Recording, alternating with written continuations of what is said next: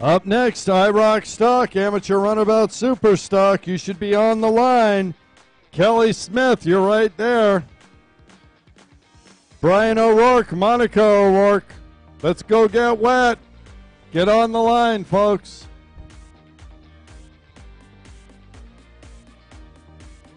Then number 316 out of Mount Juliet, Tennessee.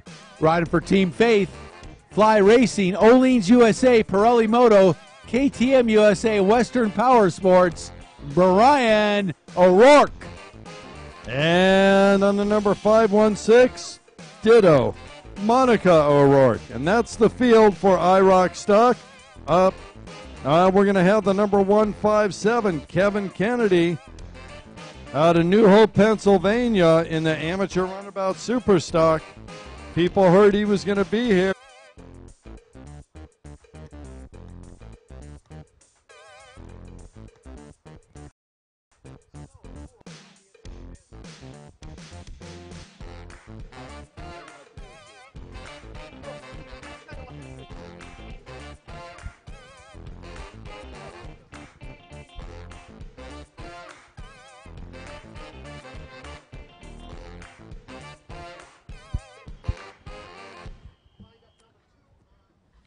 All right, IROC Stock on the line, along with our Amateur Runabout Super Stock competitor, which is, there's just one rider in this one. The rest are IROC Stock, which are Sea-Doo,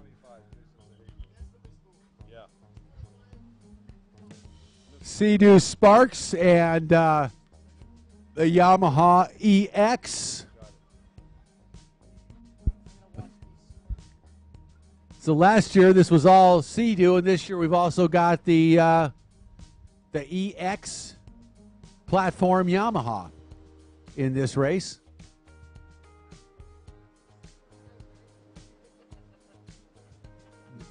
Brian, you need to point out that way. First turn, Brian. Oh. Brian's running his own event right now, and he's slowly creeping to the first turn. Must be having some tuning issues. Junior Skis are up next. We've got them coming down to the line.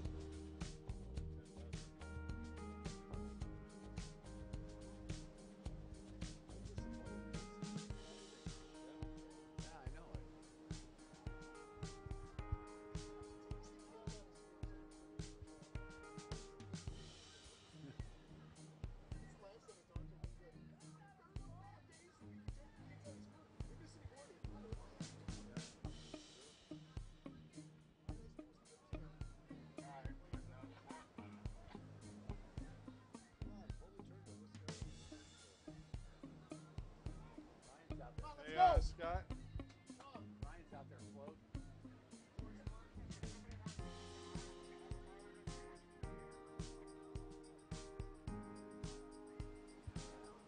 They gotta come over and push it.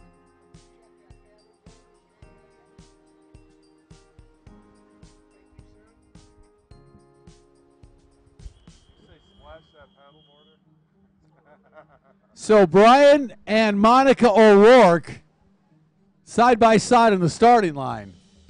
This could end up bad. Oh, already did for Brian. Monica is on the gas. Brian going way towards the inside. Looks like he's having a little issue with that boat. Something's not right, unfortunately for Brian. What a shame. Well, he's exhausted too. We heard at the devotional about the 5 different breakdowns in getting here. Kevin Kennedy on that, no surprise, on that super stock runabout out in front. So Kennedy is in his own class, and then the rest are the IROC stock field. So Kennedy out in front. And then our race leader in IROC stock. And it looks like the Yamaha 22, the Yamaha EX, John out Block. in front, John Block. So the Yamaha taking on the Sea-Doos, the Sea-Doo Sparks, and on the gas, leading them all right now. kind of interesting. Yeah, it is interesting. Whoa! We say that John Block, announcer's curse, goes straight instead of making a right-hand turn. And that's going to allow a lot of the sparks to catch up with him. So this class, basically, the IROC stock, comprised of the Sea-Doo Sparks and the Yamaha EX. These are the entry-level platforms from both Yamaha and Sea-Doo.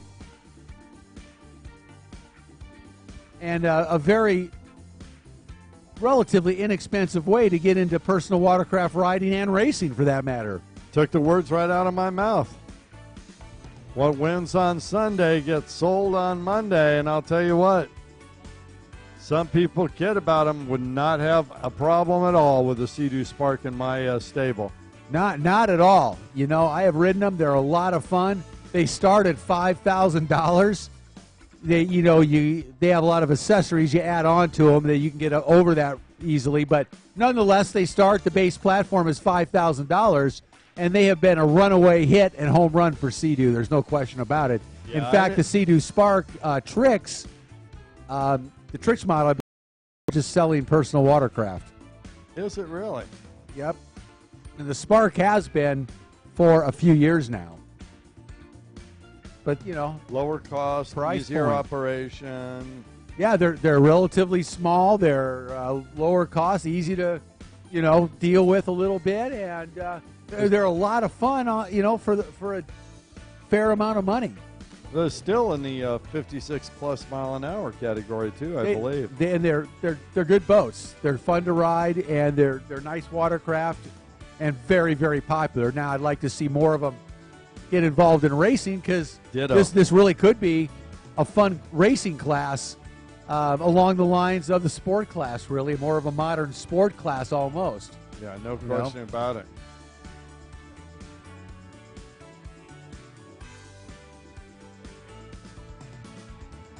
Yeah.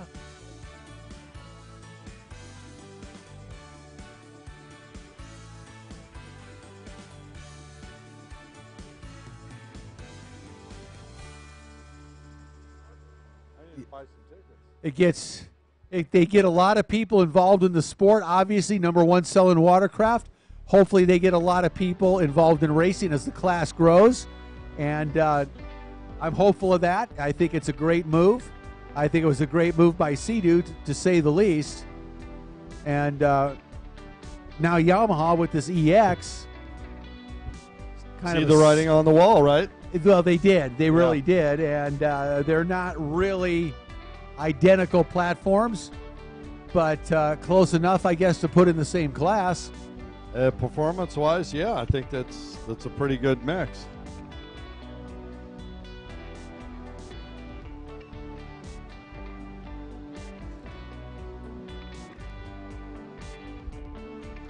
But for the price, you could get into personal watercraft riding, and have a lot of fun. And if you want to race, all the better too. Join us here on the Pro Watercross Tour, and there's a class for you. Just walk up and talk to anybody who's down in the pits or down here with a race staff shirt on. They'll tell you how to get involved. It's very easy.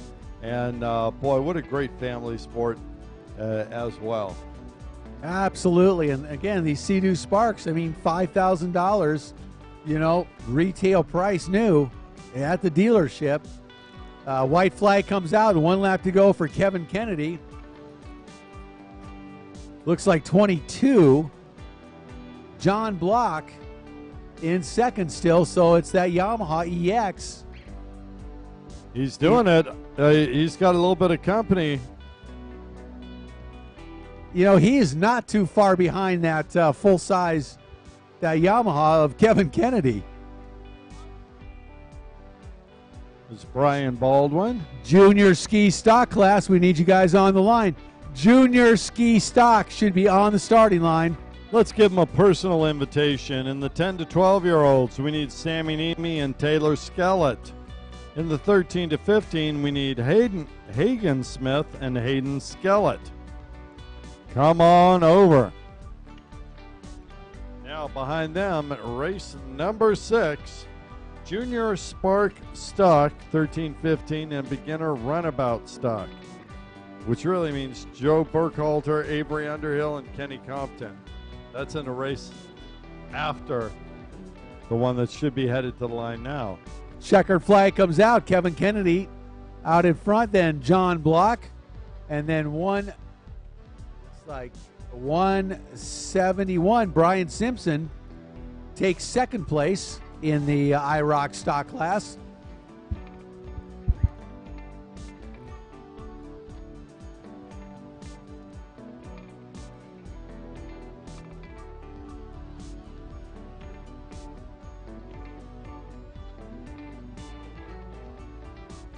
And that leads us to junior ski stock, both 10 to 12-year-old and 13 to 15-year-old.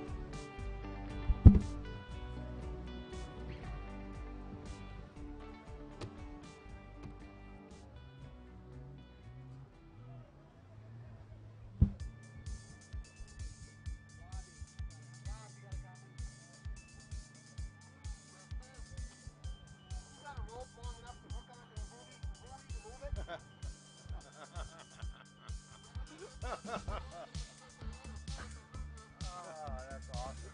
Go ahead.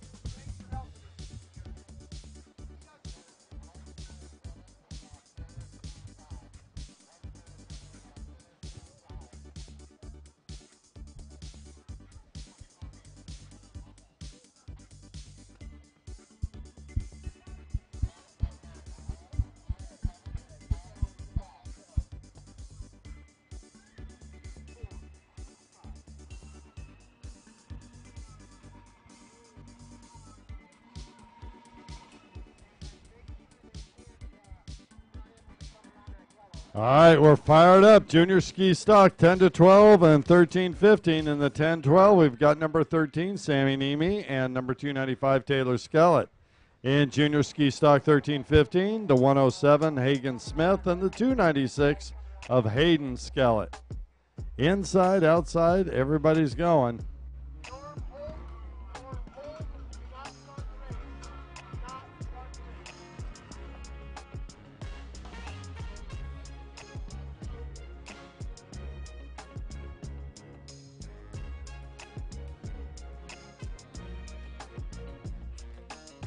Well, we got a family feud here. The Nemes against the Skeletts.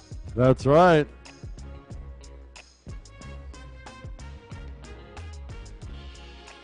Those two families may make up the entire starting line. Well, we did throw Smith in there too, but yeah. Oh, yeah, that's right. Sorry. Oh, I hate that. All right, here we go. Junior ski stock 10 to 12 and junior ski stock 13 15. This will be a 6-lap event.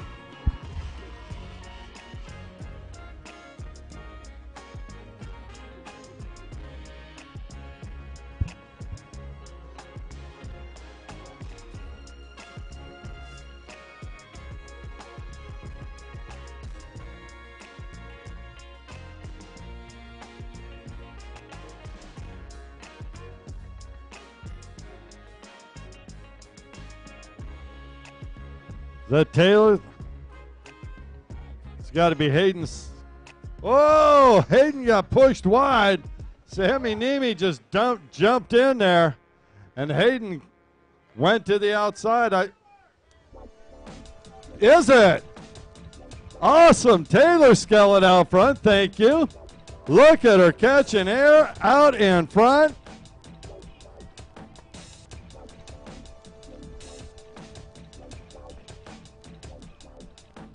Oh, Sammy Niemi out in front. Taylor Skellett in second position, yep. And Hayden Skellett in third.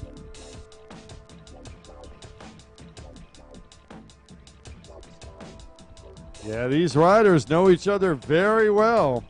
Race 6, Junior Spark Stock and Beginner Box Stock. We need Kenny Compton, Avery Underhill, and Joe Burkhalter to the line, please.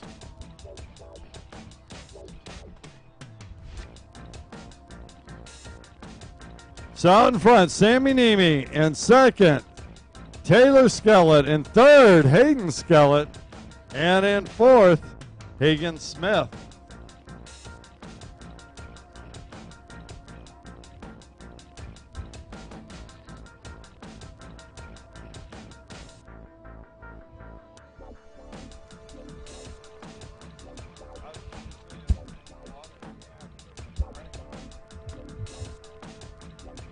Sammy Niemi coming across the start-finish line. Taylor Skellett in tow. Here comes Hayden. Hayden going to try and sweep, dive inside on Taylor, and doesn't quite make it.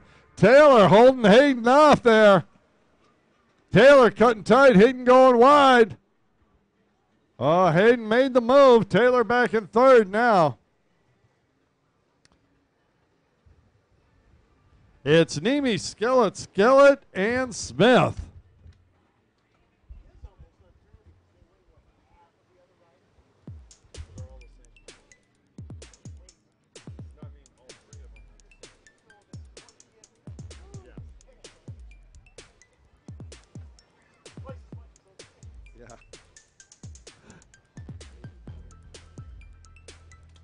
Oh, nice breeze coming up. Look at that wave action coming in. Oh, these second motos are going to be so much fun. Telling you.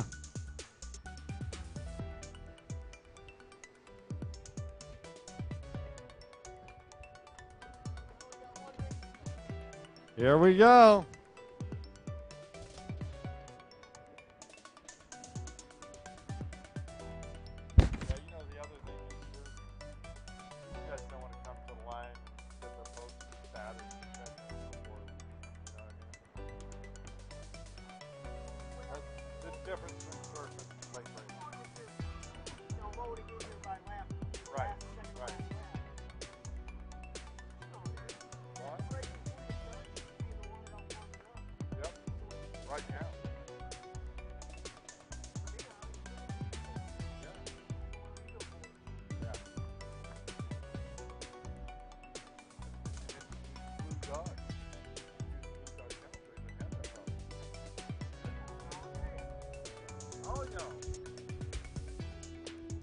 All right, well, battle still going on.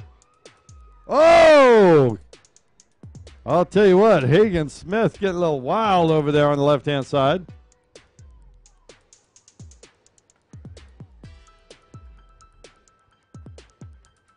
Look at these two going at it.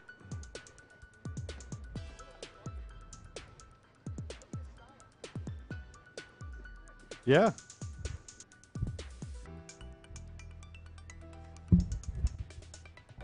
Well, Yeah. these kids just never fail to impress. I mean, these guys, they can ride all of them. They are impressive boat handlers.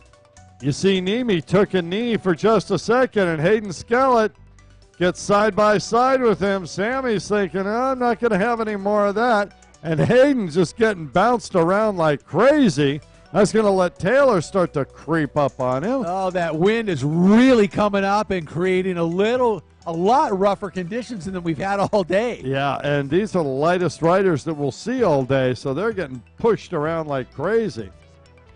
And they are just full throttle around the track, man. They are great, talented riders. So much fun to watch them race.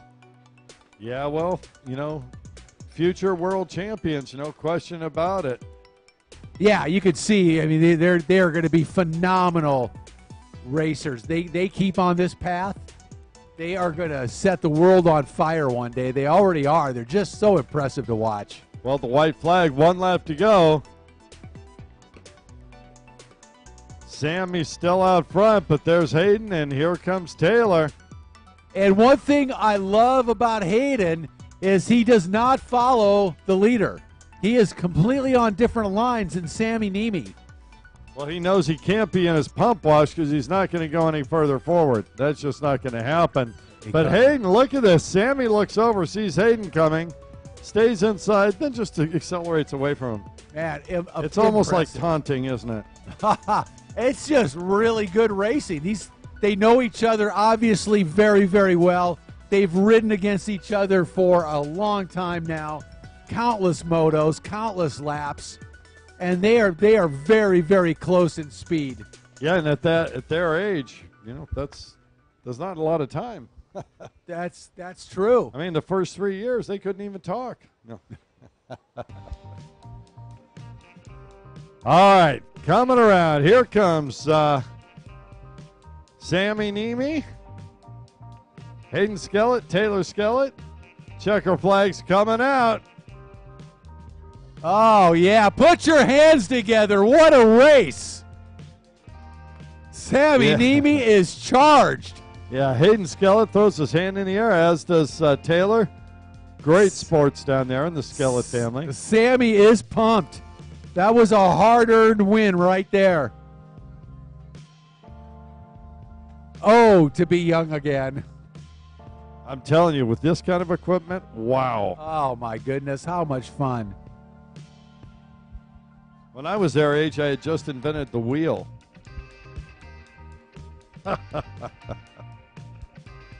It was after fire, yeah. When I was their age, the earth had just cooled. I know, I was there with you. All right, on the line, Junior Spark Stock 1315 on the number 17 machine. Out of Carthage, Texas, Kenny Compton. He's sponsored by Jet Renew, HydroTurf, Abaco, Sunglasses, Jet Trim, Revo Blosian, American Outdoor Transportation. On the 607 out of Pensacola, Florida, on the Sea-Doo. Sponsored by Pensacola Motorsports, Fly Racing, and Western Power Sports, Avery Underhill.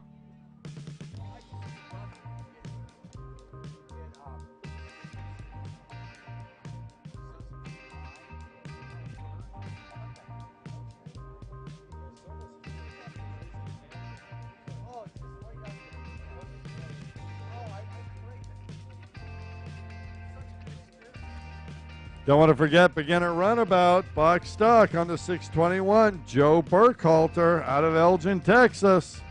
Two Sparks again. These Sparks We're missing them. Grown. I love this. I think there should be a ton of Sparks out here. Yeah.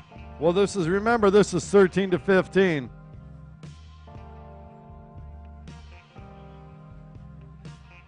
Where is Joe Burkhalter? Oh, that's Randy. Course Marshal Randy. Course Marshal Randy's gone astray. Oh, is it 621 a scratch? Thank you.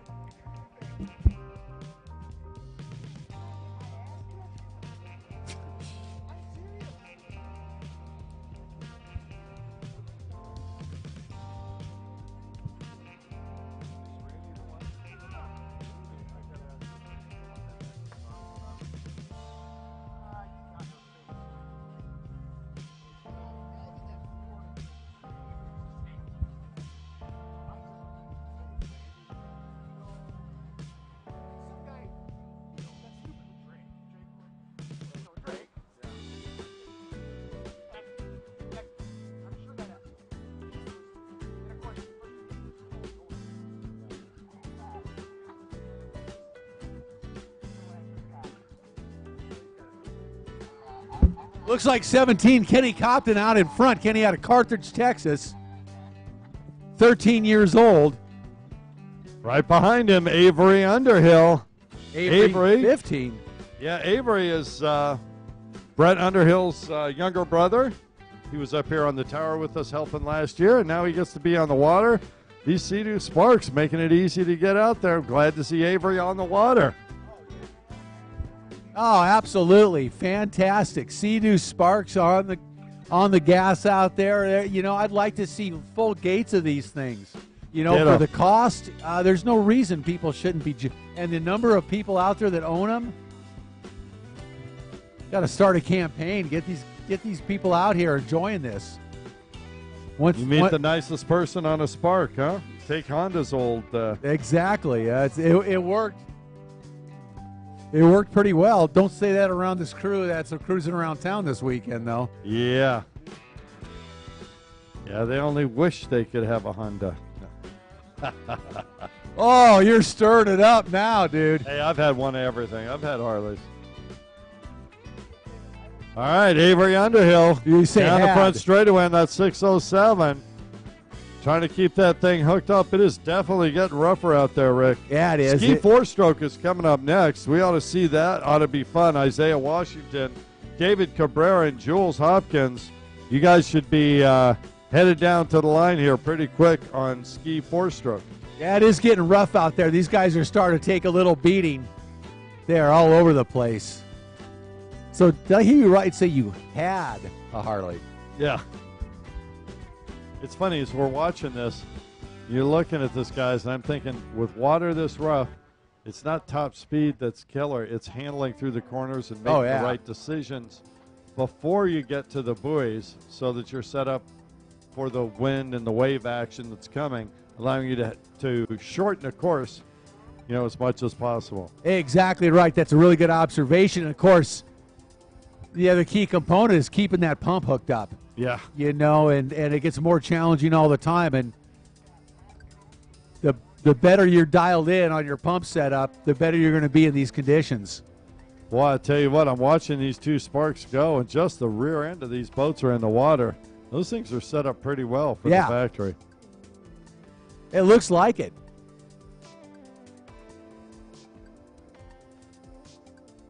And of course, these are stock, so these are pretty much stone stock right off the showroom floor, showing that you can get out there and have a good time. You know, on a relatively modest cost, and that's the whole key thing here. By the smile I can see through his helmet, Avery Underhill is having a heck of a good time out there. There's no doubt in my mind. What a great way to spend a weekend, huh? Yeah, well, the whole Underhill family, a lot of fun. They do a lot for the sport of personal watercraft racing, and I'm glad that Avery's able to join his brother on the water instead of just being on the beach. No question about it. And the checkered flag comes out. Kenny Compton, number 17 out of Carthage, Texas, riding for Jet Renew, HydroTurf, Abaco and Jet Trim, Riva Blosia, American Outdoor Transportation, and Avery Underhill, 607 out of Pensacola, riding for Pensacola Motorsports and Fly Racing. And those two just slap high fives. They just had a good time, alluding to exactly what you said, Kurt. Yep, let's do it. Let's get some more of them out there. All right, ski four-stroke. I see Isaiah Washington's ready to go.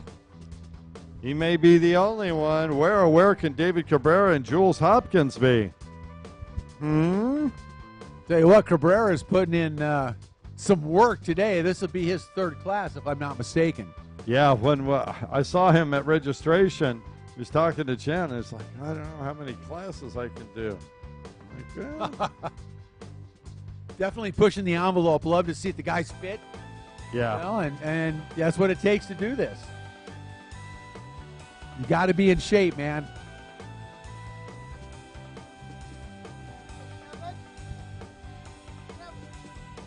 Kevin?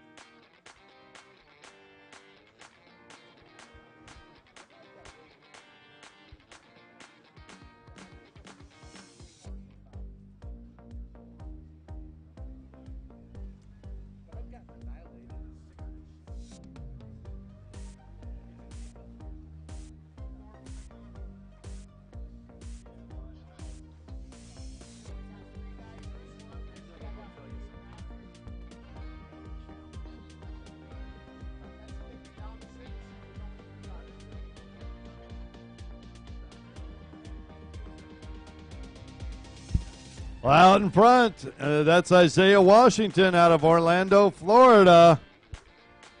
In second, Jules Hopkins, followed by David Cabrera. Yeah, Hopkins told me he was really loving that SXR 1500, doing some modifications to it.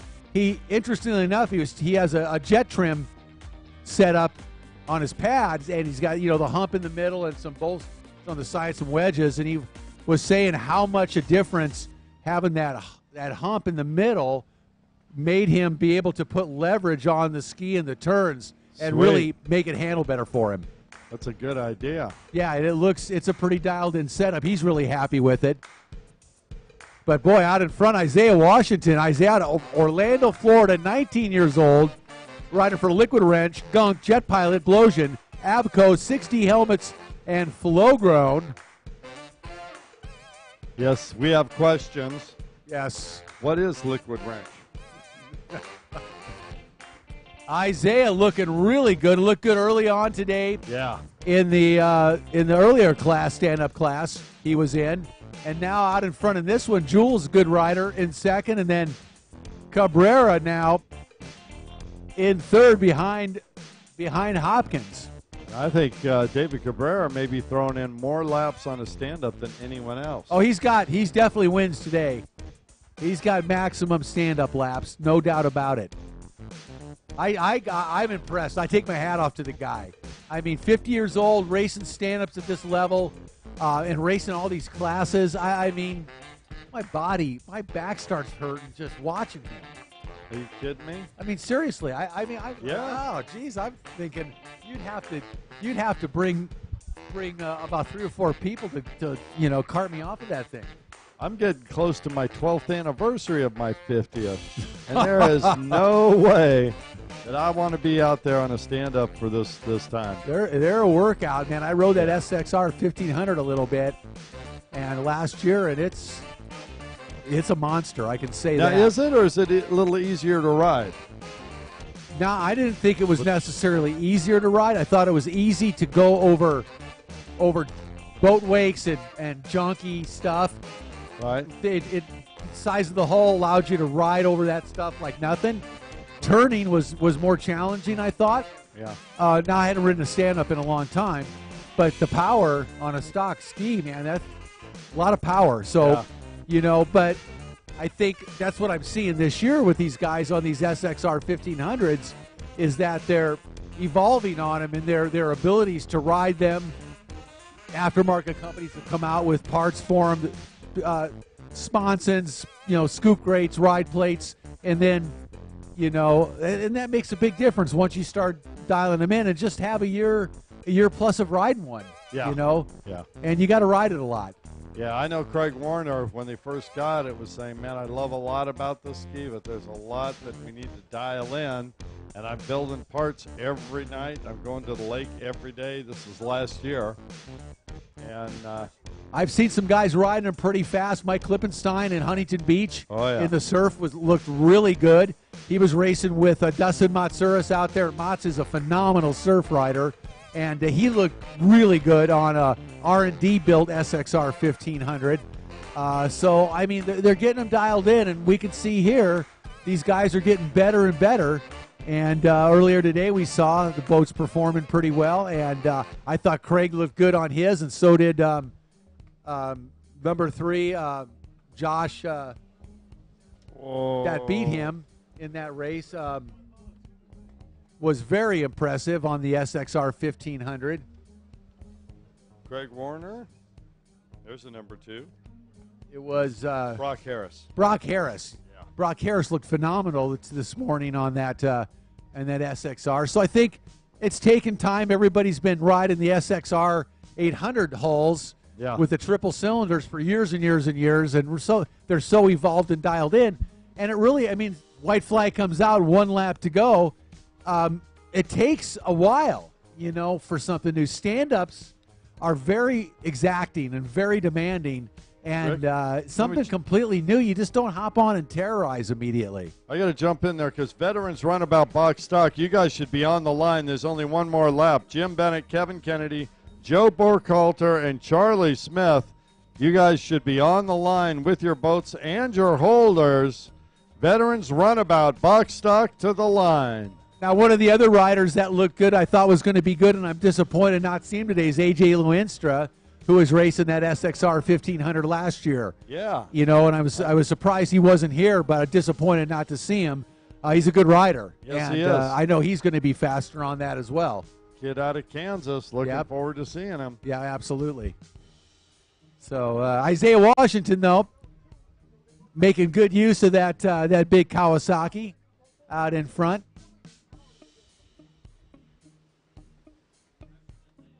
This is the ski four-stroke class. And we look over there. Somebody taking the penalty buoy.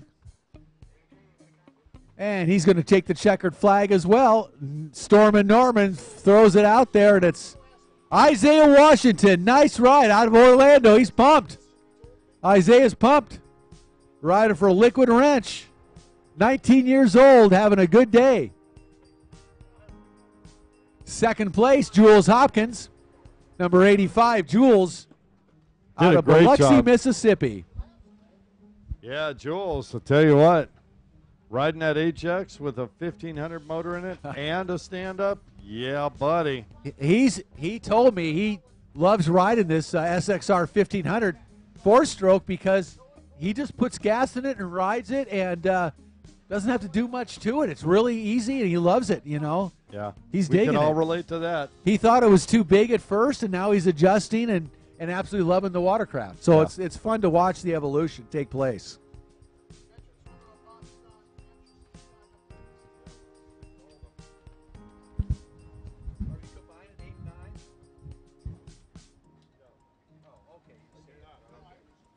Just say it. Who's next? Okay. Yeah, Veterans Runabout box stock. I see Kevin Kennedy wants to go. Jim Bennett wants to go. Where's Joe Burkhalter and Charlie Smith? Come on down, guys.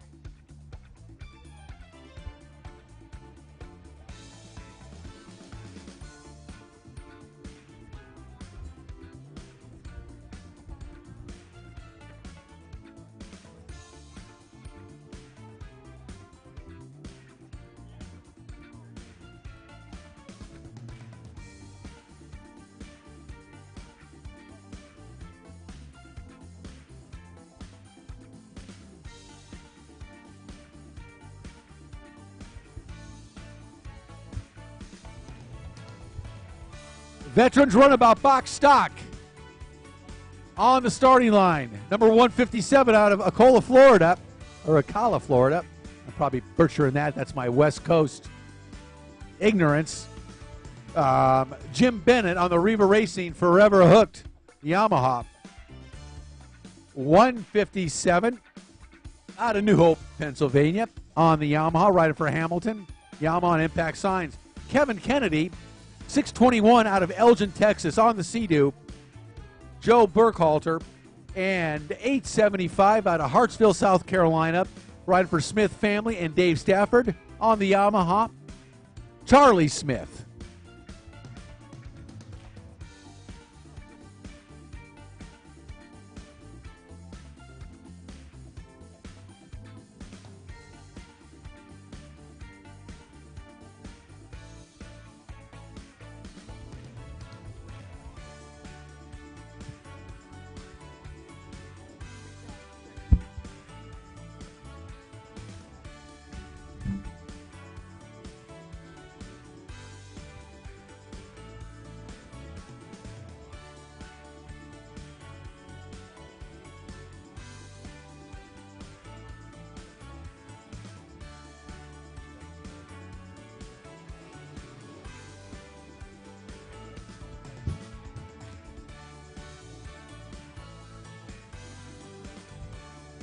Bump.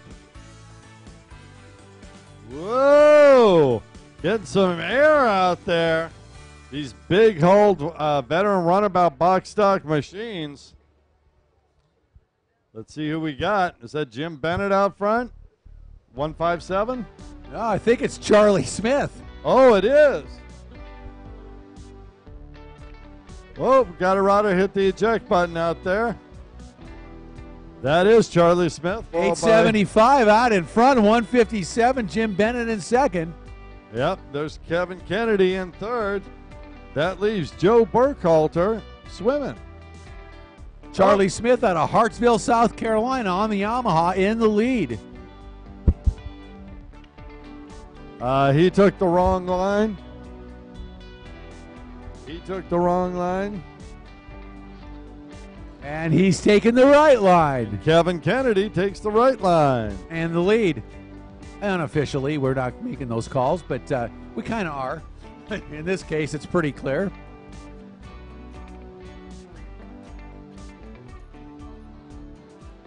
So Kevin Kennedy's got to know.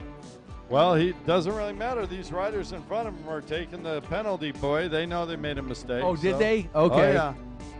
That's funny.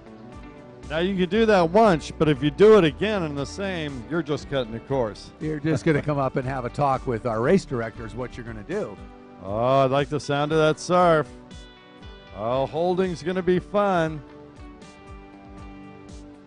There's Kevin Kennedy. All right, we're going the right way around this time. Our race leader, Charlie Smith, decides to take that inside right and then go outside down the jet trim back straightaway. What the heck? We'll follow him through. Yeah, why not? Boy, Charlie Smith bolted out of that gate and has never looked back, really. Pole shot in the lead, and he is charging out in front. Yeah, amateur ski stuck. You guys should be on the line over there. He is number 578, Chris Wajtol out of Dallas, Georgia. He gets the. Does he get to pick his own spot? What do you think? First rider down there. 10 minutes ahead of everybody else.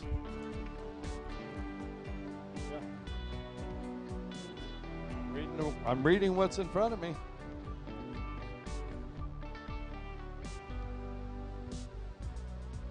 There's the number 85 of Dustin Higdon out of Chattanooga, Tennessee, coming in. No joke, folks. We've got to speed it up. Amateur ski stuck. Get to the line. If you're not there with your holder, we're not waiting. Out in front, coming around the left side of the race course, our race leader, number 875, Charlie Smith on the Yamaha. He's out of Hartsville, South Carolina. He's sponsored by the Smith family and Dave Stafford. Well, they got to be happy now. Charlie's just flat cooking this course right now. Yeah, he's running away with this one. Here, moto number 1, a veterans runabout box stock. Day number 1. Opening season for the Blue Dog Chemical Company Pro Watercross Tour presented by Broward Motorsports. Yeah, we got to give a shout out to all of our sponsors. You know, Yamaha, Sea-Doo, HydroTurf, Jet Trim. Yeah, Jet Trim. Shark Energy, keeping everybody fueled.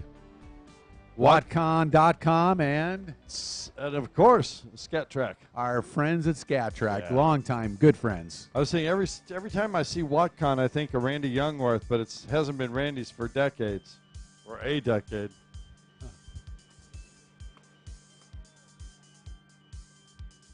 Another one of the sports pioneers. All great companies sponsoring this year's national tour. So pleased to have them on board. Only the finest. Absolutely. The white flag out, 1 lap to go for Charlie Smith. Yeah, without these sponsors, this doesn't happen, bottom line. Yeah. And so when you're making decisions on where to spend your money, what to order, what to buy for your personal watercraft, what to use in your personal watercraft in terms of oil, chemicals, What you're going to stand on. the whole deal. I mean, look Yeah. at our sponsors and support them. We really appreciate it. You if know, wear would. sunglasses, Abaco, right there. Need to stand up? You can do it on a jet trim or a hydro turf. Need some energy? Shark's there to take care of you. Run, you two, right over, right to the scaffolding.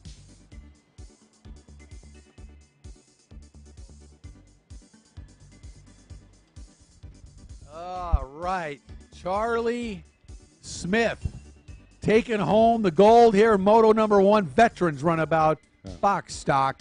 Oh, Smith on the far left-hand side makes the turn, and he's coming for the checkered flags. You got me kind of I know I did. startled me there for a second, Kurt. What's going on?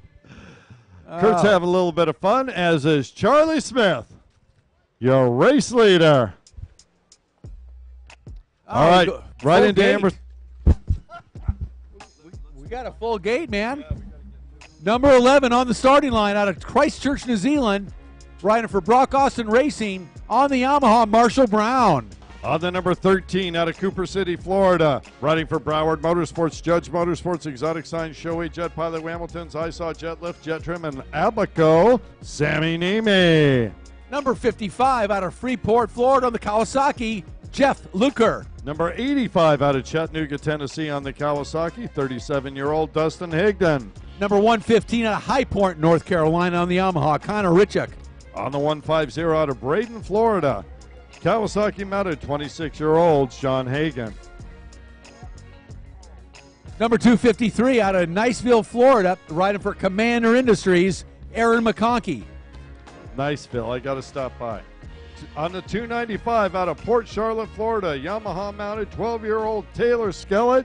Sponsored by WCP, Jet Trim, Jet Lift, Abaco, Action Jet Sports, IPD Graphics, and Jersey Mike Subs.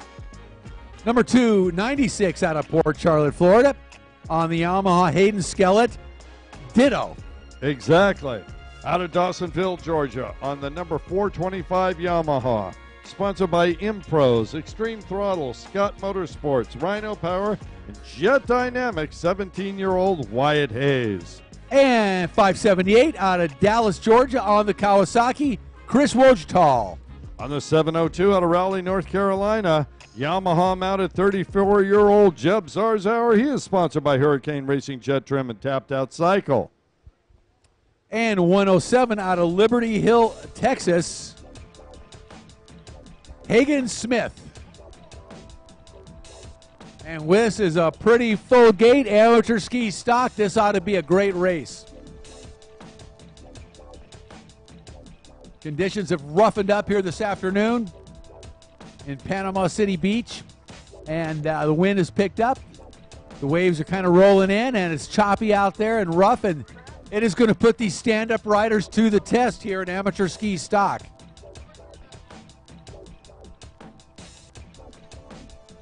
Up next will be sports stock. Sports stock riders, you should be making your way down to the starting area. Sports stock riders, you should be making your way to the starting area.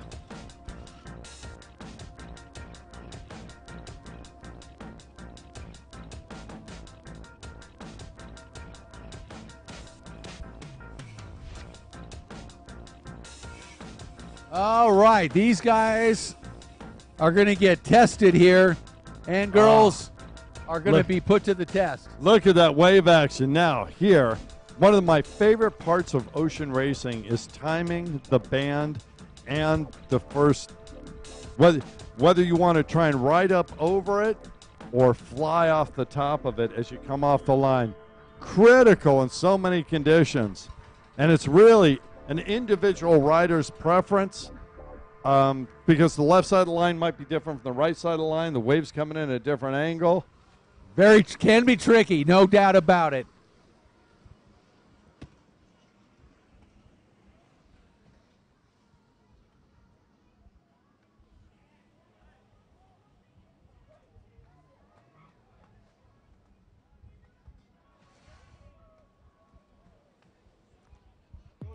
Is that Hayden Skellett out there? That's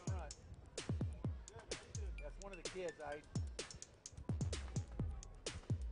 Bouncing around so much I can't see the number. Is that Skellett 1 and 2? 296. Yeah, 296, it looks like, with the hole shot and the lead. So that's Hayden Skellett, followed by Taylor Skellett.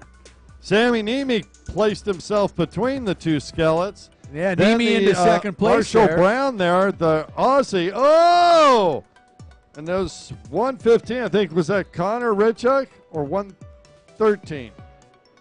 Well, the youngsters are serving notice here right away in Moto number 1 of amateur ski stock that they are more than ready to move up. Oh, and Skellett goes down. It is rough out there. We knew this was going to test these riders to the max, and it already is. Our leader, Skellett, goes down. That puts Niemi in second and Skellett, another Skellett, in third. Just want to point out, Sports Stock, race 10. You guys are up next. Sports Stock, race number 10. All right, Sammy Niemi out in front.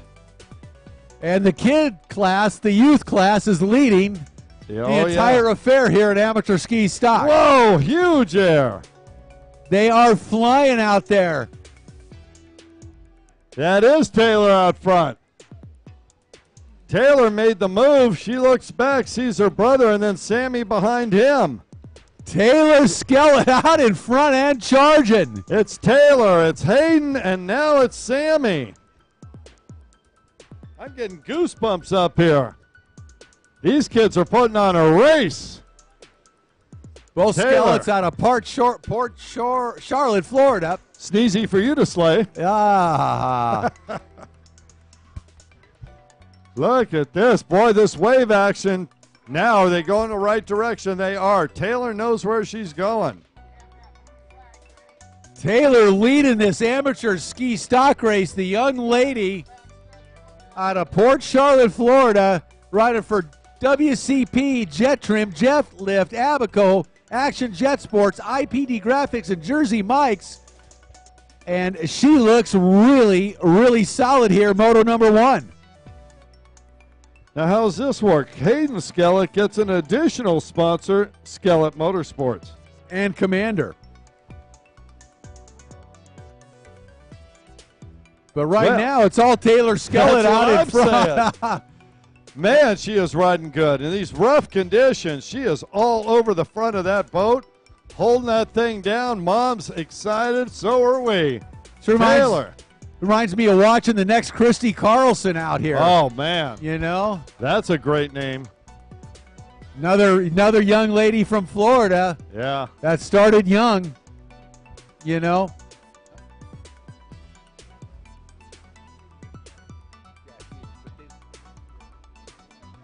Oh, ride her down. Is that Sammy? So the Skellett's battling out in front.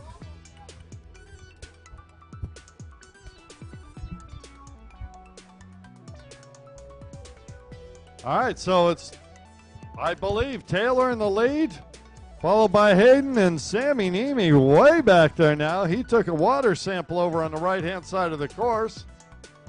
Didn't like the taste, figured, hey, I'll get back up. Taylor Skellett out in front, followed by her brother, Hayden Skellett. Now they flipped it now. Hayden out front. And now Hayden has taken the lead. There's your leader, Hayden Skellett. Whoa, Taylor gets massive air. Gets slammed down, but she's there with it. She is flying all over this race course this afternoon. It has really roughened up. We knew this was going to be a challenging test for these riders in this class, and it is all of that as she works her way around lap traffic. Amazing riding. I'll tell you what, these kids, and we call them kids, they are seasoned riders at this point. They are showing everybody the way around. I'm surprised. Here he comes now, Sammy Niemi, getting way up in the air. Oh, and Taylor goes down. Taylor's down. off the ski. Sammy looks over, looks like she's all right. She's on the back of the ski.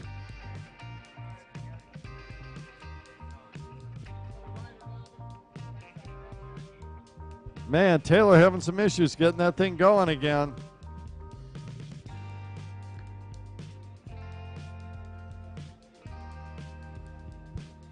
So it's Hayden Skellett now all by himself out in front. Boat number 296 taking the white flag. 1 lap to go for young Hayden Skellett as he's running away with this first moto in amateur ski stock. Sports Stock, you should be on the line. This is the last lap. Sports Stock, we're going to let that band go, and people are not going to be here.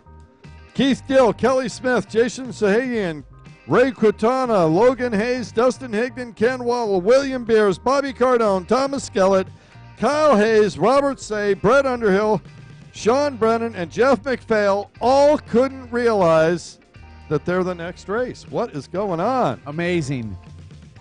These are the pros. Come on, guys. Let's make this happen. Sports Stock to the line.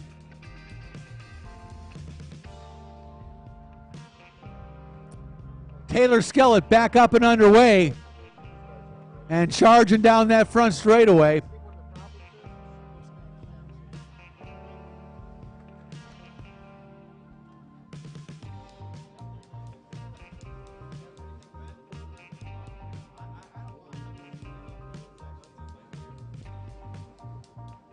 And the checkered flag comes out for number 296 out of Port Charlotte, Florida. Hayden Skellett takes the win here in race number 1, Moto 1, for amateur ski stock after a massive battle with his sister, with Sam Nemi. What a race. Boy, riders going down. Looks like Sam Nemi just nursing that boat around. He's having some propulsion issues, I believe. Is this Taylor? No, not yet. I believe Sammy was in. It's hard to say now after there's been so much changing of positions out there during this race. We know for sure that Hayden won. Yeah, Sammy Nemi comes in, but it's hard to say where anybody is at this point. I'm going to go with the officially unofficial. Yeah, safe to say.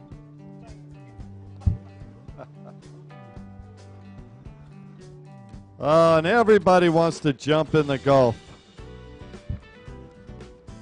All right, sports stock, race 10 on the line. And the number 1 machine out of Naples, Florida. Sponsored by Wade Chapin Performance, Broward Motorsports, Exotic Signs, Hamilton's Customs, Judd's Motorsports, 45-year-old Keith Dill. Boat number 5 out of Linnington, Michigan. Riding on the Sea-Doo for Team Faith, Fly Racing, and WPS. That's Kelly Smith. On the number 25 out of Bonita Springs, Florida, Yamaha-mounted 35-year-old Jason Sahagian. Boat number 69 out of Pembroke Pines, Florida, on the Yamaha, riding for Broward's Motorsports and Judge Motorsports, Ray Quintana. On the number 78 Yamaha out of Dawsonville, Georgia, sponsored by Riva Racing, Jet Dynamics, Impros, Lair Performance Watercraft, 22-year-old Logan Hayes. Boat number 85 out of Chattanooga, Tennessee, on the Yamaha, Dustin Higdon. On the number 95 Yamaha, 47-year-old Ken Waddle out of Davie, Florida, sponsored by Broward Motorsports, Team Mean Racing, Exotic Signs, Jet Drive Racing, Judge Motorsports, and ISAW. Boat number 221 out of Poughkeepsie, New York, on the Yamaha, riding for Z-Force and HydroTurf, William Beers. Where was he out of? You got it. Poughkeepsie. I don't think they spelled that right. Hey, we only say what's written down, folks. They, on the number 239 out of Port Charlotte, Florida. Sponsored by Absolute Performance, Jet Ski and Repair, Watercraft Superstore, C-Note Vodka. Maybe more later. Pro Rider Magazine, Bobby Cardone. Boat number 296 out of Port Charlotte, Florida. I know that one. Riding for Wade Chapin, Action, Abaco, Jersey Mike's, IPD, Skellett Motorsports, Thomas Skellett. On the 346 Yamaha out of Dawsonville, Georgia, sponsored by Riva Racing, IPD Graphics, Jet Trim, Extreme Throttle, and Jet Dynamics, 20-year-old Kyle Hayes. Number 367 out of Naples, Florida, on the Sea-Doo, riding for Absolute Performance, Robert Saya. On the 417 out of Pensacola, Florida. On the Sea-Doo, sponsored by Pensacola Motorsports, Fly Racing, Ross Products, 17-year-old Brett Underhill. Boat number 584 out of Mary Esther, Florida on the Yamaha, Shao and Brennan. I believe that's Sean Brennan. Shao and Brennan it has here. I'm just saying.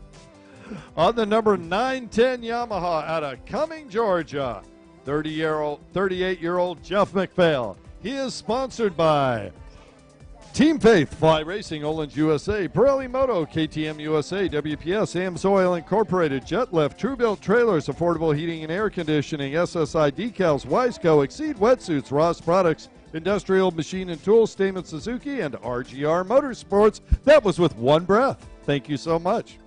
It's a new phonetic way of speaking. Shoe-in. Yeah, shoe-in. Show-in. Show-in. Show. Show. Show. Show-in. Indonesian, show. Show-in. Anyhow, we're ready to go. Got a nice full gate. This is a real intense race, always sports stock class. All right, let's just hear it. How many Keith Dill fans do we have down there? How many Kelly Smith fans do we have? How many Ken Waddle fans do we have?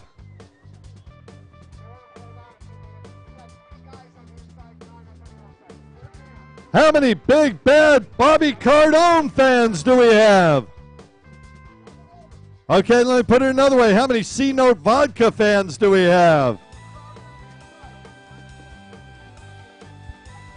How many Brett Underhill fans do we have? How many Jeff McPhail fans do we have?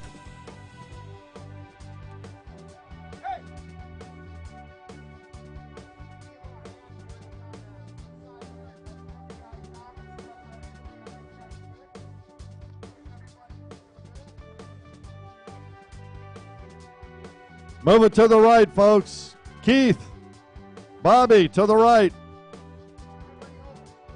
There you go.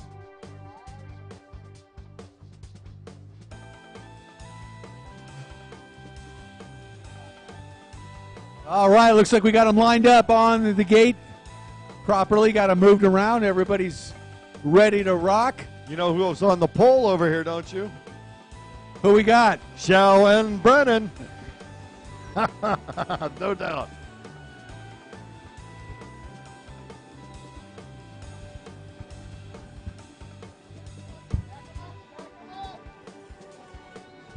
Oh, that's not going to go well.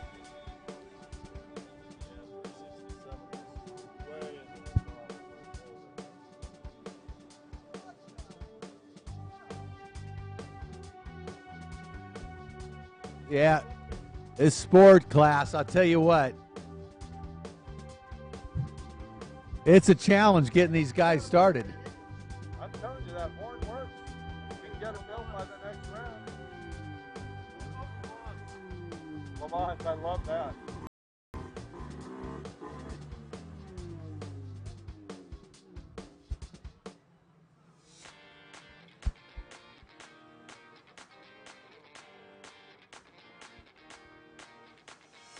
Hey, so this guy right here is starting with his hand on his head.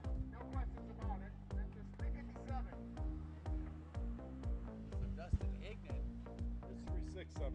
It's like Dustin Hignet. Yeah, 367. 367, hand on his head. Robert Sayat. 367, hand on his head. Outside boot on the inside foot.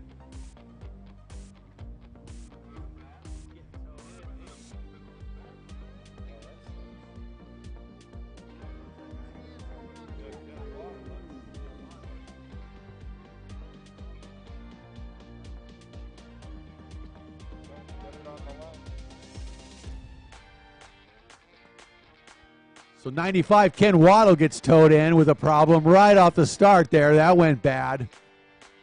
He's got a problem. We got riders with the hand on head. Dead engine start. Ken Waddle knows that machine like the back of his hand. He throws his helmet off. He's getting in there to make it work.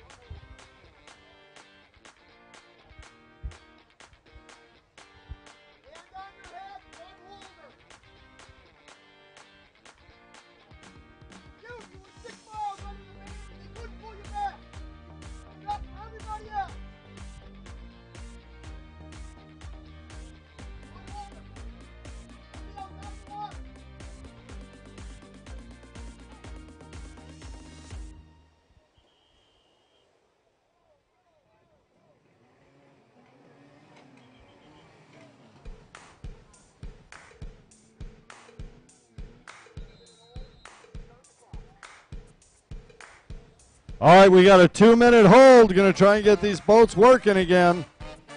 We got 2 minutes. Make it happen.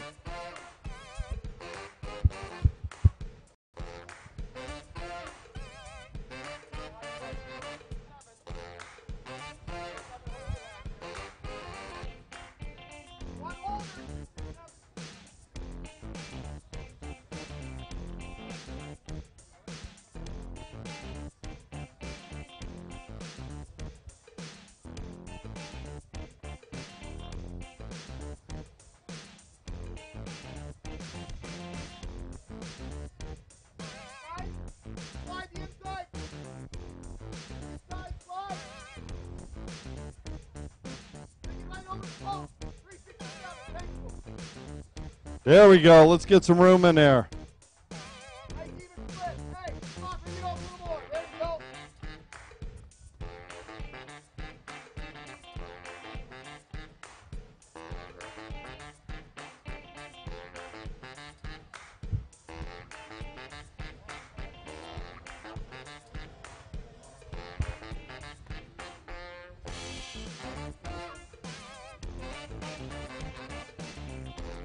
Apparently no luck.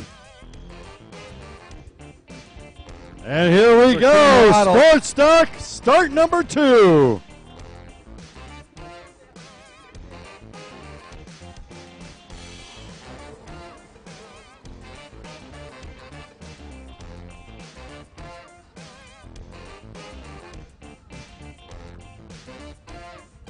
Come on, get that thing roaring.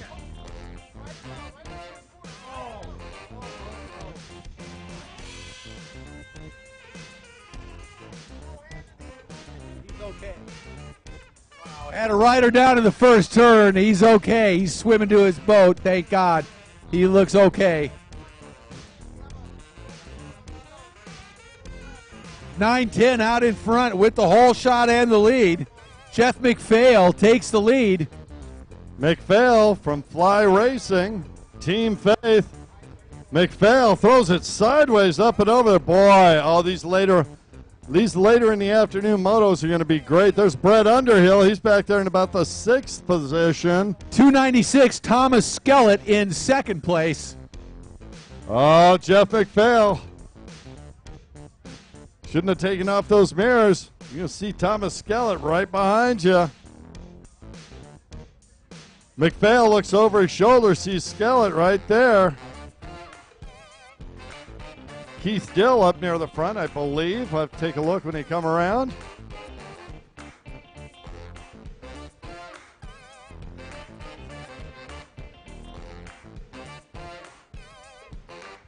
A rider in third place is out there bouncing around like a drunken sailor a couple of moments ago. I didn't know if he's going to save it or not. He did. Looking out there for that C-Note vodka. Oh, man. I'll tell you what, Brett Underhill caught massive air, came down on his chest. He saved it, but it definitely cost him a position or two. 346 in third.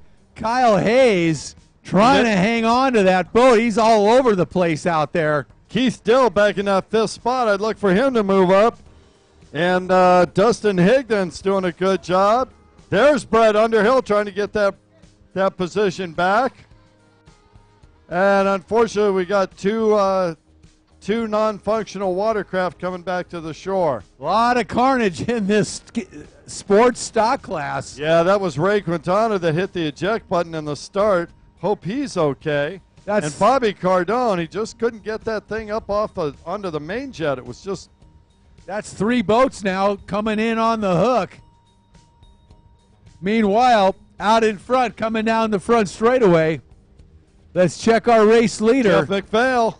Number 910 out of Cumming, Georgia. McPhail on the gas way out in front. I'm assuming that's a lapper in front of McPhail. That is indeed a lapper. It's McPhail all by himself out in front right now. I'll tell you what, we were talking about it early. He and Brian, the Team Faith crew, having a lot of issues getting here, just fighting everything. They were a little bit tired. Well, he's taking advantage now. Out in front, Jeff McPhail.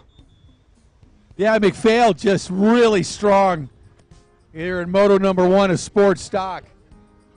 Well, McPhail just missed a buoy and came back and got it, so I don't know what we're going to do about that.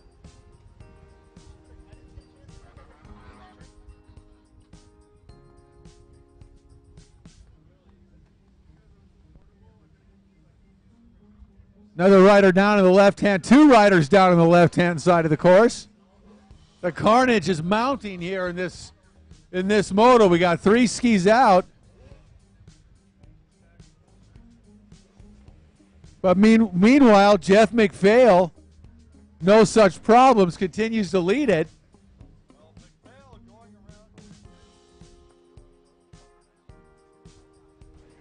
Looks Amateur like runabout box stock, we need you to the line. Amateur runabout box stock to the line.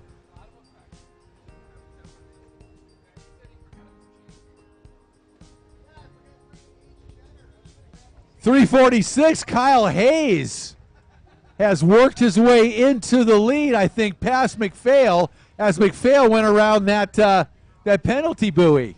Oh, and McPhail almost off the boat there. So he's starting to feel it now out there. We got a rider down over there on the right-hand side.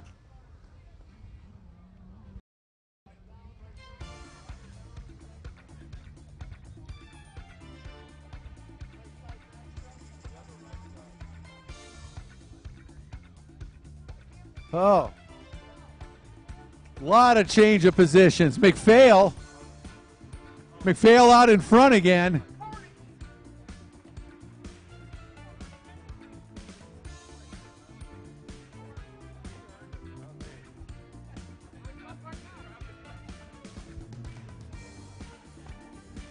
Here comes McPhail down the front straightaway.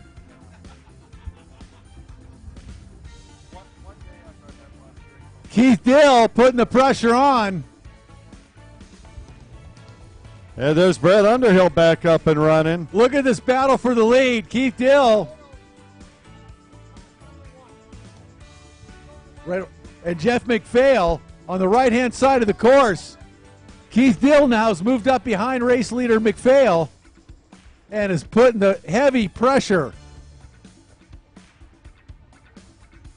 Now I'm sorry I was off for a couple of minutes here, Rick. Did McPhail retake the lead, or we were calling it? He did. McPhail retook the lead. All right, Keith Dill right behind him. Those two have battled for years. Oh, yeah. Renewing acquaintances here, round number 1. Whoa, hit the eject button. Wow. Oh, rider with his hand in the air. Oh, and look at that safety ski rod there immediately to get him. Love that. Get him out of harm's way and get him on the boat. McPhail, meanwhile, out in front. Keith Dill right behind him. Wow, carnage everywhere, but it's McPhail and Dill going at it. No matter what part of the course you're looking at, there's a race going on somewhere. The leaders now, far right-hand side of the course. Jeff McPhail has led this most of the way. Keith Dill had to fight his way up through traffic. He's now in that second position. McPhail and Dill, these two have gone at it for years. They're friendly competitors. McPhail, let's just check some ages here. Jeff McPhail, 38 years old. Keith Dill, 45. So is age coming into this? They come down that jet trim back straightaway, and it's Jeff McPhail continuing to hold the lead. McPhail out of Cumming, Georgia, and riding for Team Faith, Brian O'Rourke down there, rooting him on. And Keith Dill out of Naples, Florida, riding for Wade Chapin, trying to track down our race leader, Jeff McPhail. Coming down the front straightaway, your race leader, number 910, Jeff McPhail, followed by number 1, Keith Dill. Keith Dill on a good drive down that front straightaway. He reeled in McPhail somewhat. There's Brett Underhill, although I think Brett might be back. Well, that's unofficial at this point. He can certainly run with these guys up front. All right, it's McPhail and Dill, and amateur runabout box stock should be on the line, guys. We need Mohammed Farizi, Jim Bennett, Charlie Smith, Joe Burkhalter, and Sean Compton to the line. Your guys are up next. Dill now closing the gap. Dill coming on strong right behind McPhail. Down that long jet trim back straightaway comes Keith Dill on the gas, tracking down his old buddy, Jeff McPhail. Jeff looked over his shoulder, saw Keith Dill was right there, had a little bobble, and he's getting serious. Look at the wind and what it's doing over on the far side of the course. You can see them. They're having to jump the wakes. The waves coming up the front part of the course. Oh, and Keith Dill gets halfway off the machine, but he stays on. What a great job. Dill had both legs fly over one side of the boat. He gave it the gas and just leaped forward, stayed on it, and he is right there with Jeff McPhail. Our riders doing a great job out in front dealing with these course conditions. Really roughened up here this afternoon here in Panama City Beach, Florida, and it is a true battle taking place for the race lead between Jeff McPhail and Keith Dill. Sport class competition always tight, and this one no exception. White flags coming out. See Norm Yee playing with the laundry.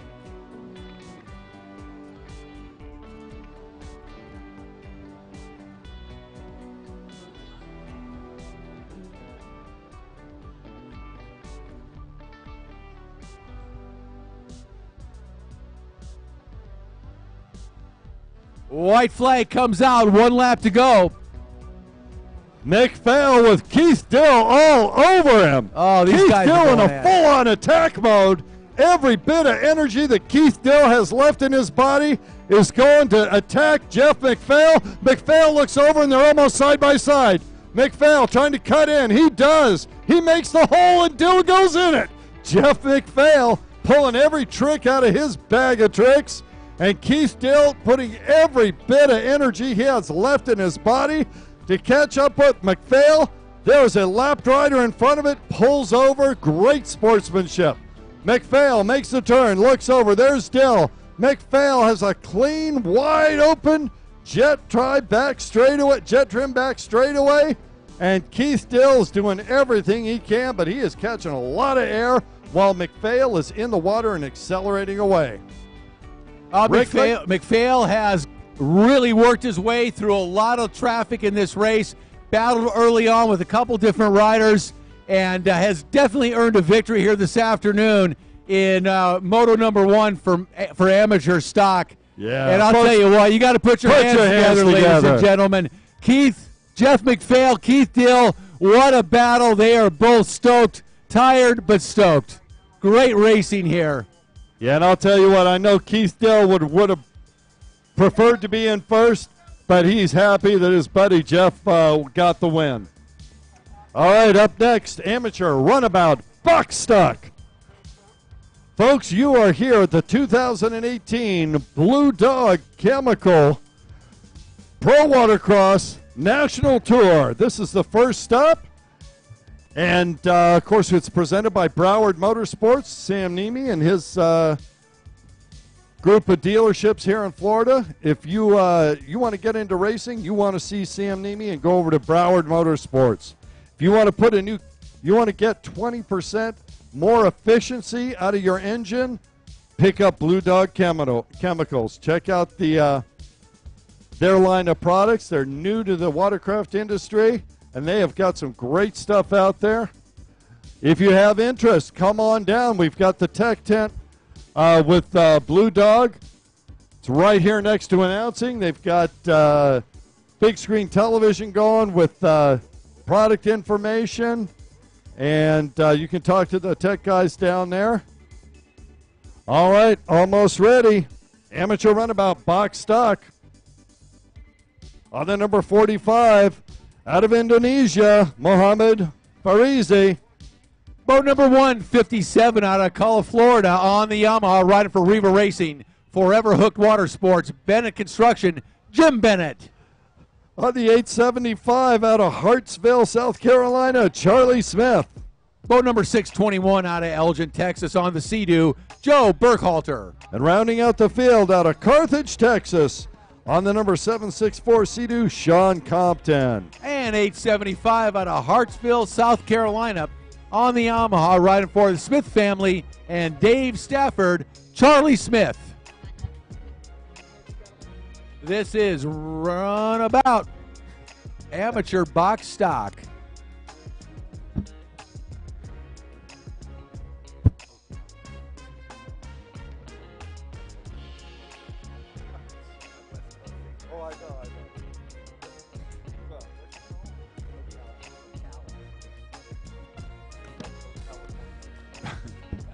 Veteran Ski GP riders, you should be making your way down to the starting line. Veteran Ski GP. You should be coming down to join us.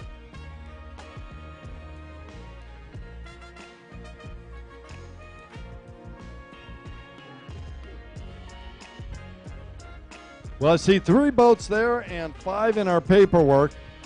I'm going to go with, let's get it on.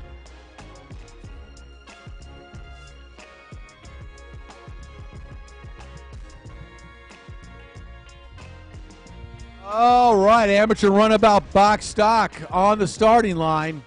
Everybody's kind of catching their breath through that After the sports stock? sports stock class. I'll tell you what, there was a lot of carnage out there on the water. We had riders flying all over the place, bodies in the water, boats coming in on the hook, and through it all, Jeff McPhail took the win. But boy, that was an exciting event. Now we come down. That was race well number learned. 11. Yeah, amateur box stock runabout.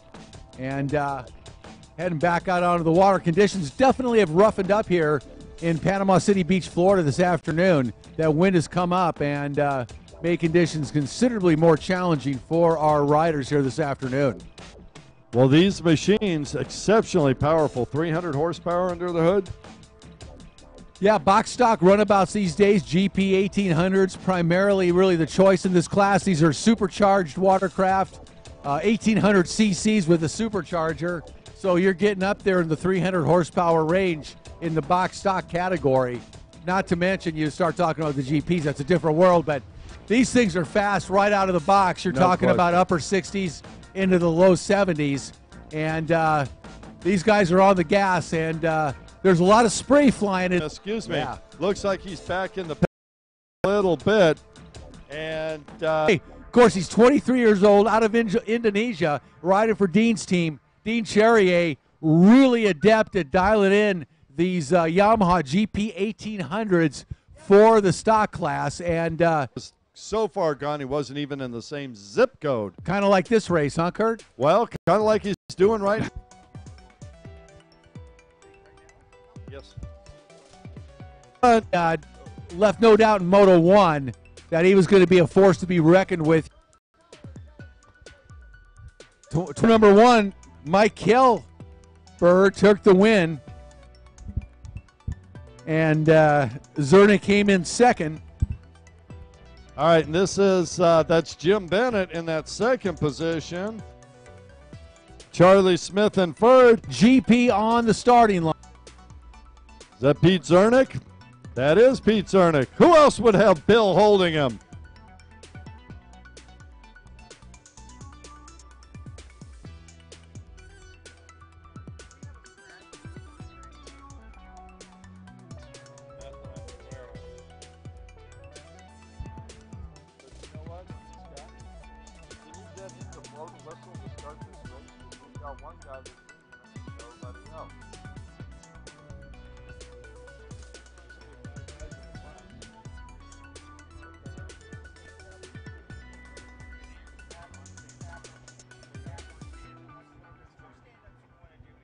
Oh, yeah. I'd prefer tomorrow, yeah. My back's killing me. We're all tired. We just flew in late. I understand. I wasn't sure if you were like, yeah, today and tomorrow I'm out the door.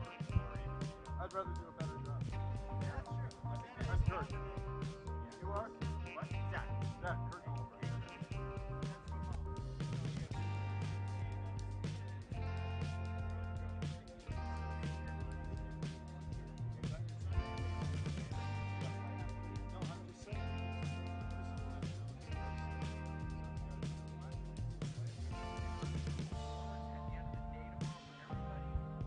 I don't use chapters. Yeah. Sometimes we do, sometimes we not. I don't know. Okay.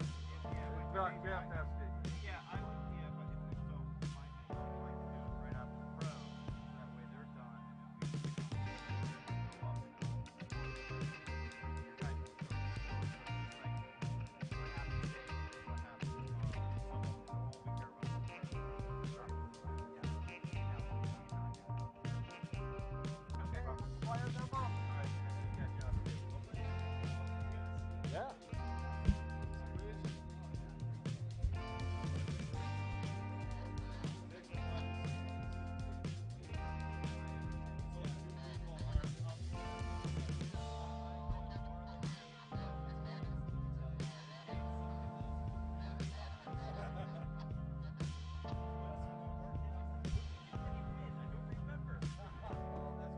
Let's fire them up, Norm. He'll be out there by the time you're ready.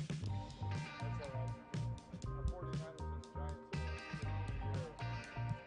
are but they're both up on the rising now.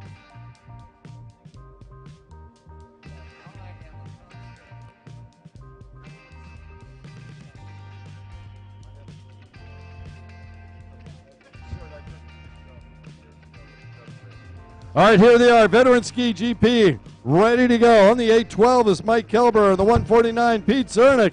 Looks like Zernick, shot out, got bumped. He's going way wide.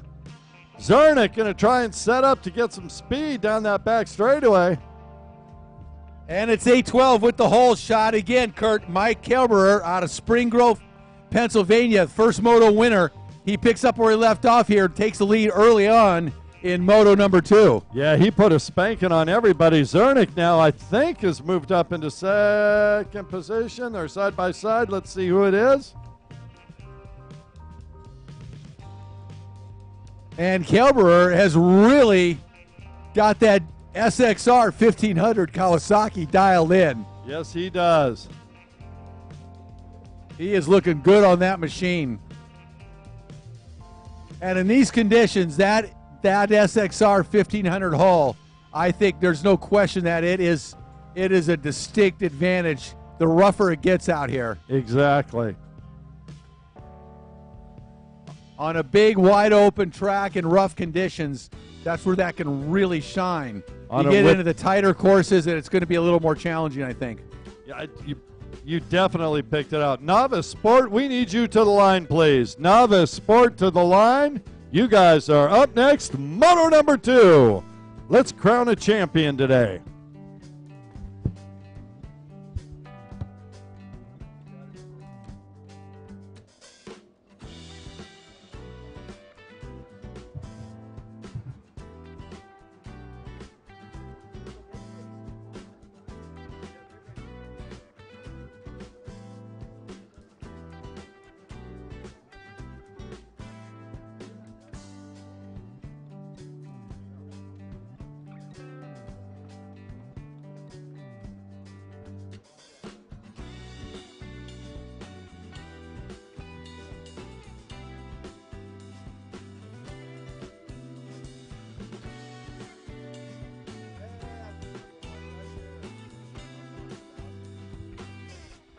Okay.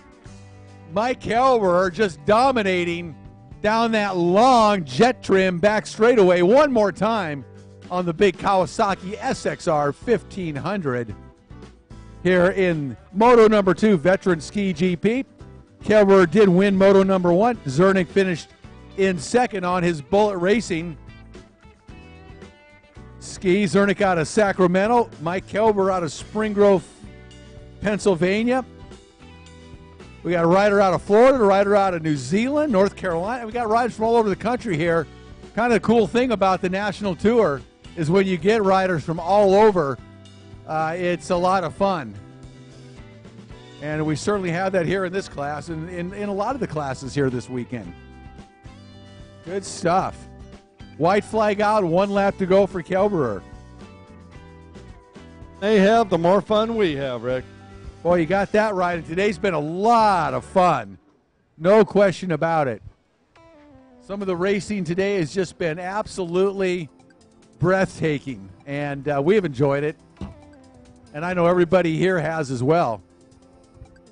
And hopefully watching online through all the different ways you can tune into the Blue Dog Chemical Pro Watercross Tour. You can do it online. You can do it in person. That's the superior way. That's the best. No doubt about it. Being here in Panama City Beach, Florida is just gorgeous. No two ways about it. Beautiful weather. Beautiful, beautiful weather. And the checkered flag comes out for our winner. Mike Helber now makes it 2 for 2 in Veteran Ski GP. We need our next class on the line, Novice Sports Stock. Come on, guys. You should be on the starting line right now. Novice Sports Stock, we need you on the starting line right now.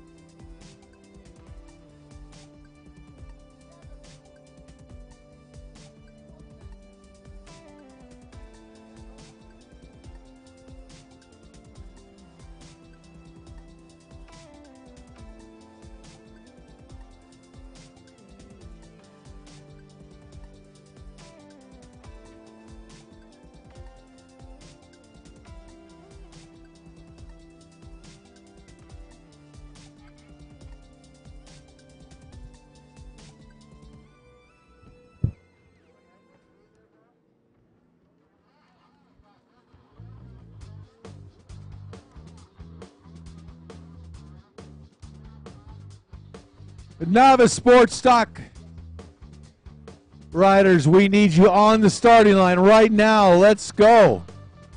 You should be there ready to race at this moment.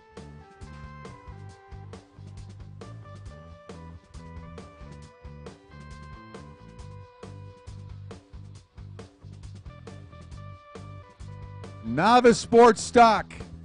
Riley O'Flattery, Sammy Nemi, Jason Shahagan, Hayden Skellett, and Robert Tyre. We need you on the starting line.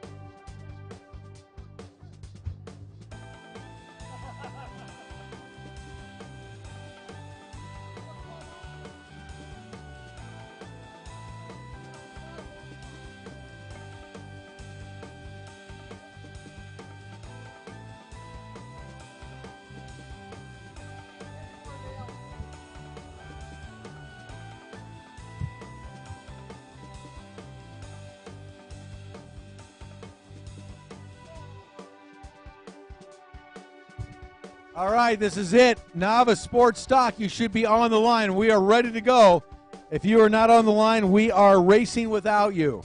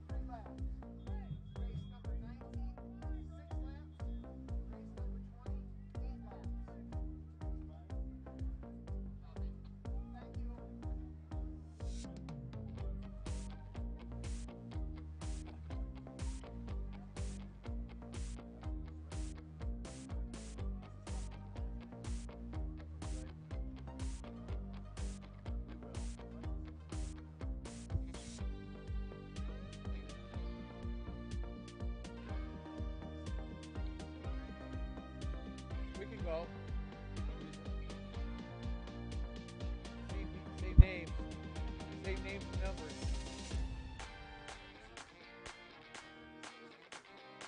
It's okay.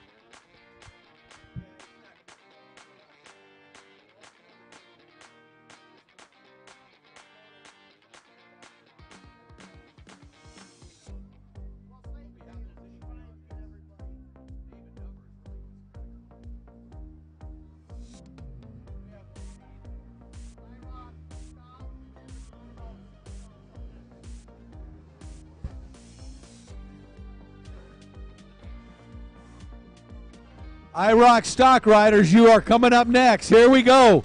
Novice Sports Stock. Charge it into the first turn. Moto number 2.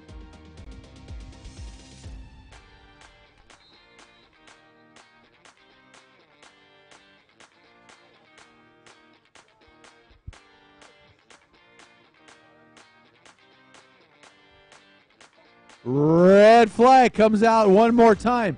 Something about sport class and red flags that unfortunately go together.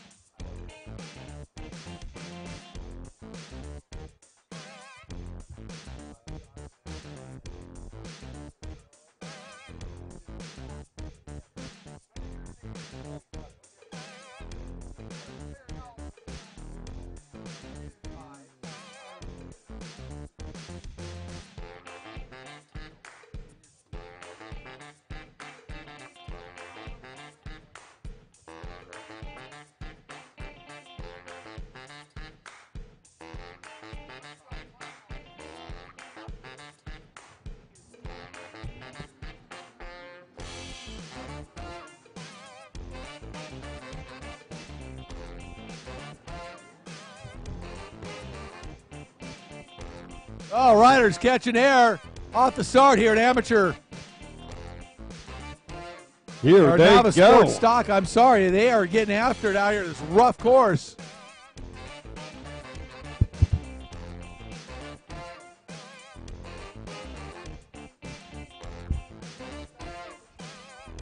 IROC Stock and amateur runabouts to the line. Kelly Smith, John Block, Brian Simpson, Brian O'Rourke, Monica O'Rourke, and Kevin Kennedy to the line with their holders, please. All right, making a turn around the left-hand side of the course. That's 296 out in front. Hayden Skellett. Yes, it is. Hayden won moto one. Sammy Niemi gets launched off of that thing. Thought he was going to save it. Puts his hand in the air. He's okay. It was a soft get-off.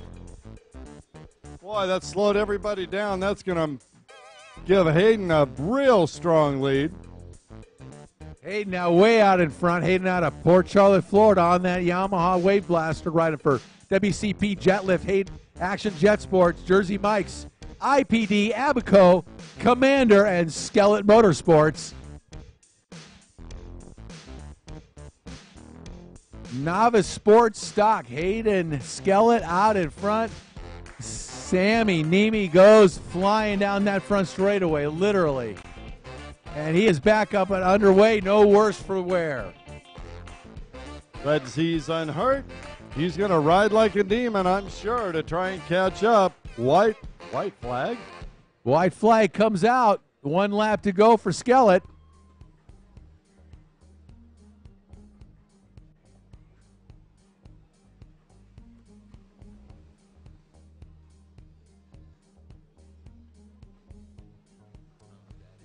Almost like watching paint dry.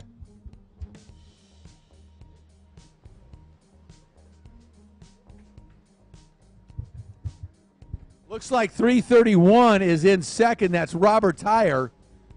Robert out of Jacksonville, Florida, unofficially in second behind Skellett on this final lap.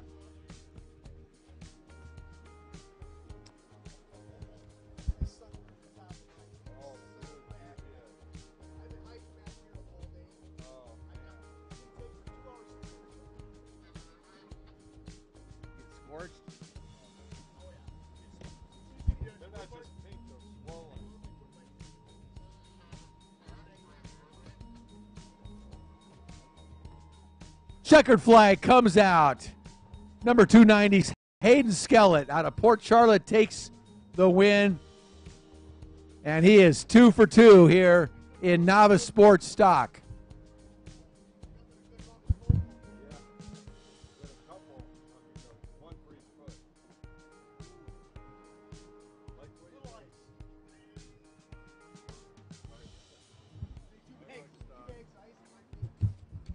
Up next, IROC Stock and Amateur Runabout Super Stock.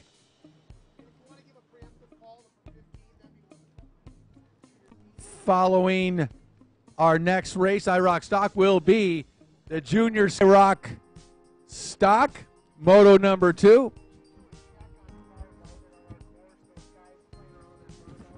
John Block on that Yamaha EX took the win in Moto number 1.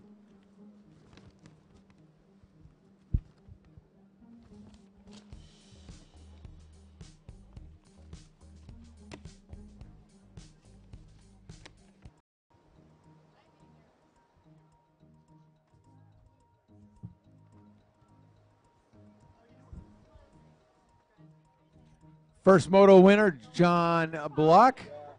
Brian Simpson came in second. Brian O'Rourke third. Monica O'Rourke fourth. Although Monica did take the win in women's runabout box stock. She annihilated the class. Yes, she did.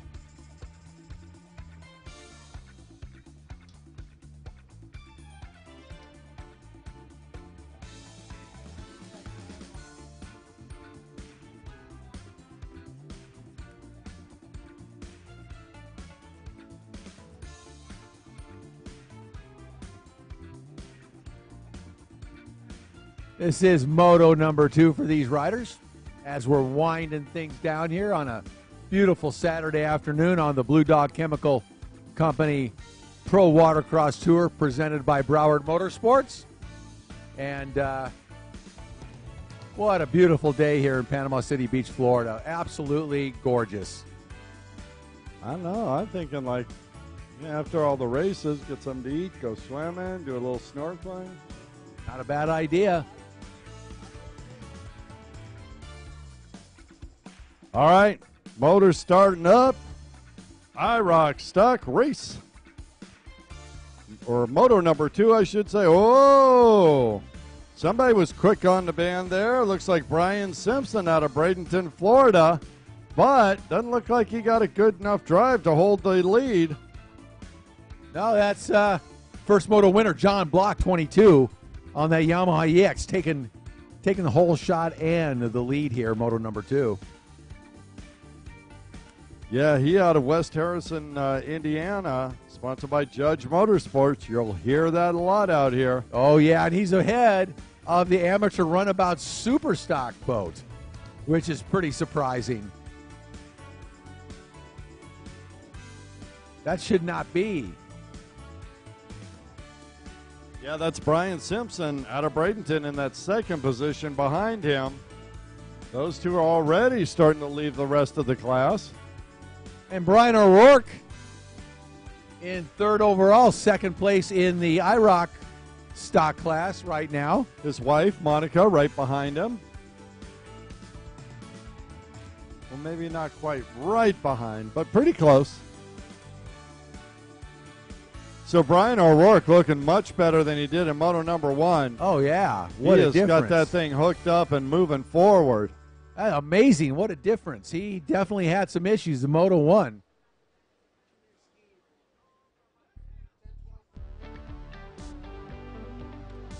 Up next, junior ski stock 10, 12, and 13, 15 to the line. White flag out. 1 lap to go. John Block.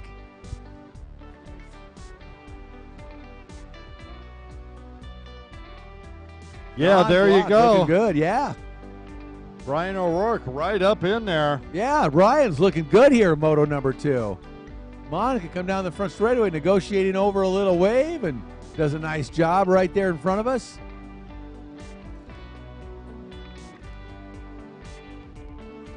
Boy, Block is out in front, and he is riding a clean race from the start.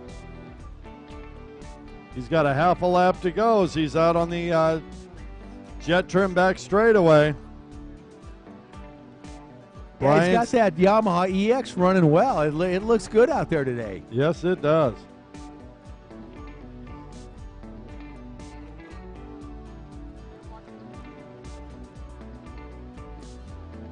Oh, bouncing off the buoy there.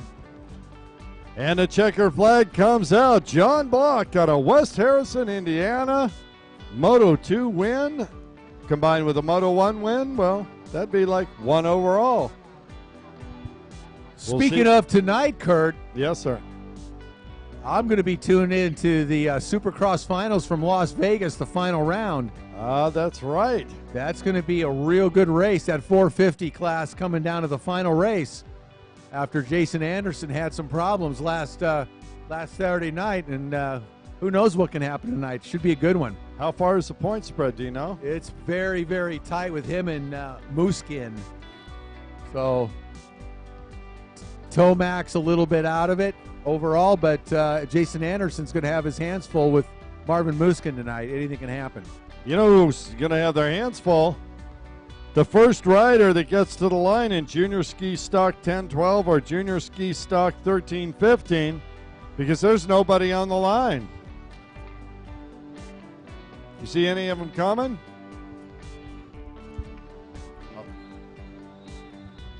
Let's go, guys. Let's be on the starting line, ready to go. We're waiting for you. And that's not good right now.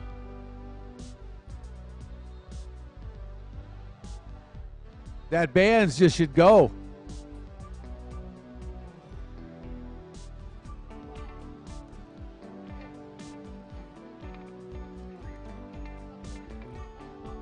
Following the junior ski stock class, we need the junior spark stock class to the starting line and begin a runabout. Times fast. Yeah. I think at this point in the afternoon, Kurt, that's not going to be possible. Lubricate the lips. Junior spark stock, and junior spark stock. Yeah. Yeah. Let the line go.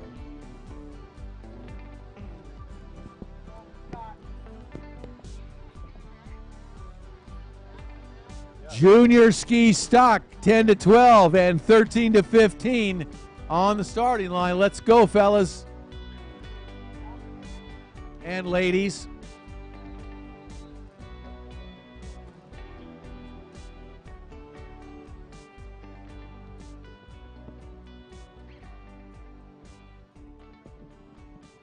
Obviously, it's getting late in the afternoon, and we would really appreciate everybody being on time on the starting line. It helped immensely.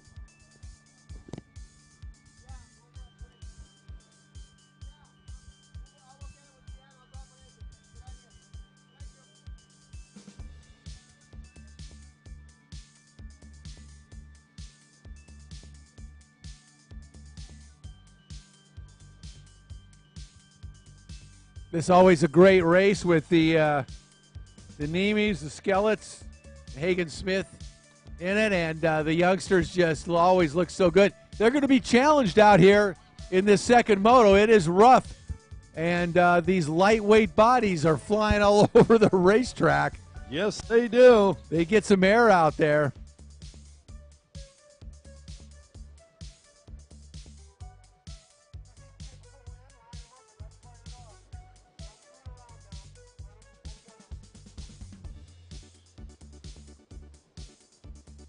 Of course, the young kids start in the trays. 10 to 12 starts in the trays. The young guns a little older than they got two holders in the tray. You can see, and of course, they get a little older. They progress to the traditional starting style. Waves coming in right at the start. Perfect. Good drive. Oh, nice. Taylor Skellett looking strong on the inside. Oh, these riders are so good. They are just so good. And Taylor Skellett gets the hole shot again. Man, she Tell knows you how what. to put that pump in the... Oh! And goes down. Swaps out and goes down immediately. Yeah, she swam back to the boat already. She has definitely had the youth and enthusiasm on her side. 425, Hagen Smith takes the early lead here coming down the front straightaway. It's Hagen Smith out in front of Sammy Nemi, and That's got to be Hayden Skellett. Skellett in second. Yeah, Hayden Skellett, then Sammy Nemi. Oh, top three making a change. Yeah. Oh, and Skellett trying to go around Smith, but Smith having none of it. Goes back around, tries to shut the door. Oh, and Didn't goes work. down, and there goes Skellett. And Smith is down as well. Nemi goes by. So Skellett and Nemi right back to where they were. They're learning, though, out there. You know, Hagen Smith's going to learn from that, having that pressure of Skellett right behind him along with Nemi. He's going to learn from that right there You know and what we be able need? to better handle that pressure. You know what we need, Rick? What's that? Junior Sparks stock to the line. Yeah, let's go. Junior Sparks. Blah, blah, It's easy for you to slay. blah, blah, blah. Really, seriously, Kenny Compton, Avery Underhill get to the line. White flag's coming out. This one's almost over. Just pit. Ba-ba-ba-ba-ba-ba. Oh, Junior white Sparks. flag out for Skellett. Boy, Hayden Skellett really running strong here. Sammy Nemi, he's hit the water a couple Yeah. of times. Oh, as I said, he does it again in the exact same spot. Yeah, Sammy's had a challenging day today. Well, he's not picking up the read off of the waves coming in, and it's throwing him off balance there. I think it may have to do with the way the sun's not coming through the clouds. He's not getting enough definition. Surely. If I was his dad, that's what I'd say.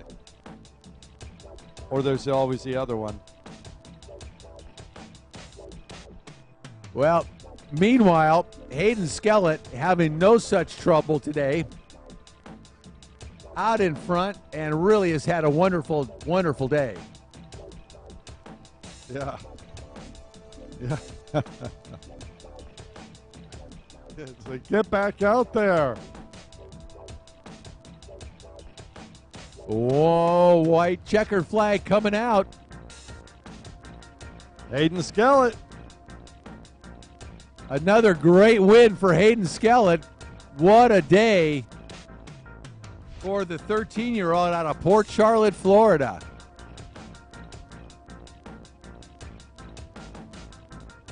Like Sammy Niemi.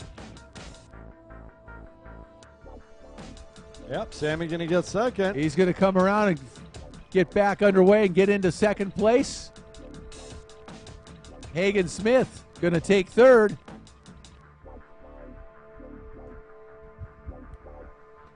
And I'm going with Taylor. Going to round out the field here. All right. Junior Spark Stock on the line and on the clock.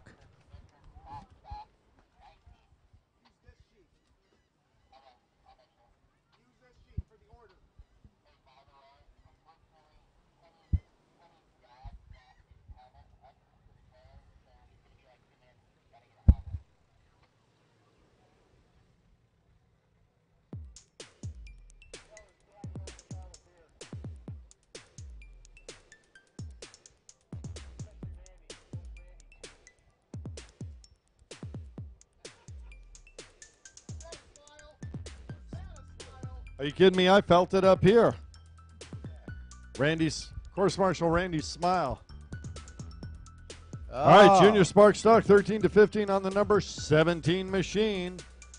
Out of Carthage, Texas. Came all that way, but not on the line. Come on, Kenny Compton, Avery Underhill, where are you guys? Avery Underhill out of Pensacola, just a little bit up the road. On the line.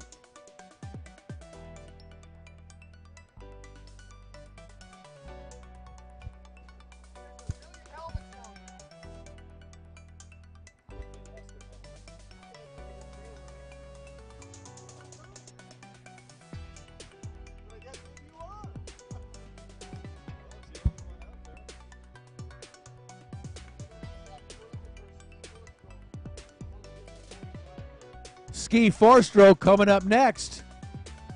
Isaiah Washington, David Cabrera, and Jules Hopkins get set to come to the line. You guys are on deck.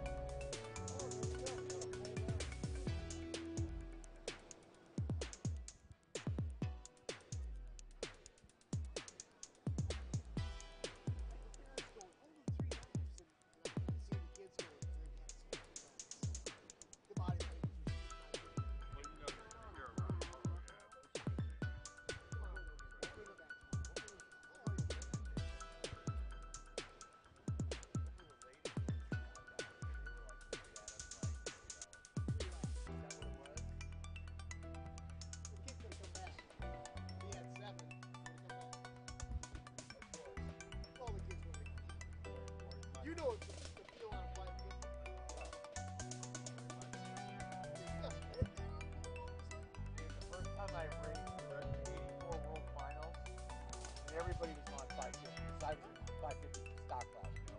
Jacob, that was pretty good. Practice, there was like 200 teams on the course. It was insane. Everybody went together. I was going, this is. I'm watching. I can't. And I'm like, dying. And Junior Spark Stock is off. Kenny Compton on the inside getting the early hole shot. Oh, the sparks are flying around out here in Panama City Beach, Florida. Oh, yeah, they're bouncing around. Well, you got to make hay right now in these classes. Ski four-stroke to the line. Ski four-stroke to the line. Jules Hopkins is on it, as usual. David Cabrera, Isaiah Washington. You would join in. Kenny Compton and Avery Underhill. Compton took the win of moto number 1 over Underhill. Avery Underhill Avery's keeping the throttle pegged there. He's trying to even this thing up here in moto number yeah. 2. Look out, Kenny Compton. He's charging. Avery is on the gas. Avery Underhill is knocking on your back door, and Underhill makes the tight cut. Just a little Too tight. Avery is on the gas trying to track down Compton. That's a good setup on his part.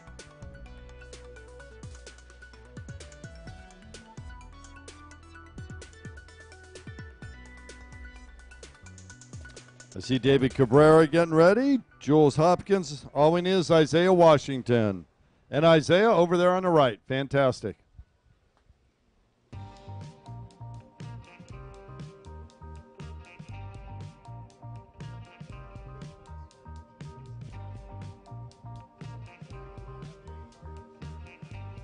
Good.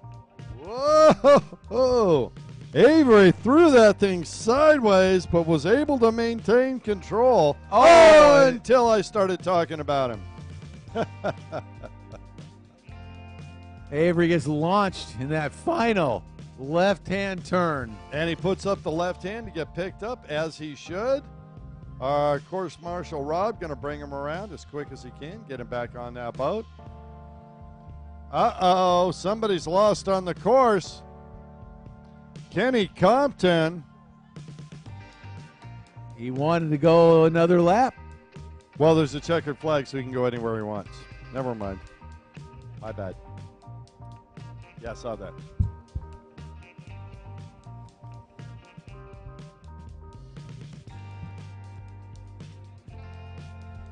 And Avery Underhill comes across. Looking good.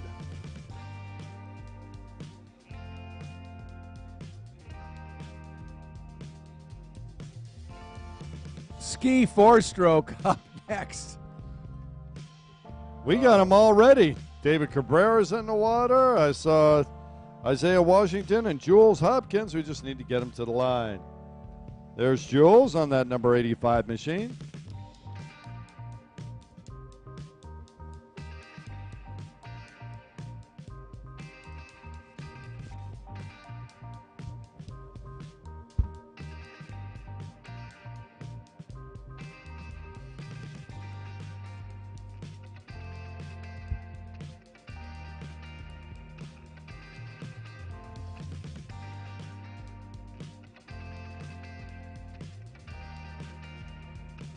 All right, we got our riders down there. I see Cabrera, I see Jules, and I see number 12, Isaiah Washington.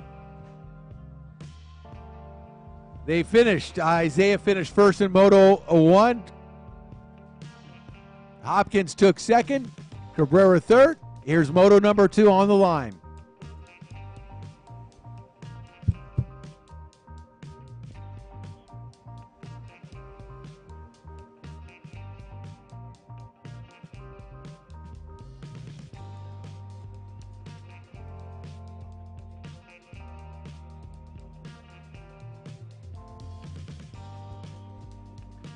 All right, here we go. Moto 2. Ski four-stroke. Oh, Hopkins gets a nice jump out of the starting line. See if he can hold it into the first turn. Washington on the inside, Hopkins on the outside, and it's going to be Hopkins with the hole shot here in Moto number 2. Jules really got a great start out of the hole, and it led into a first turn hole shot over Washington.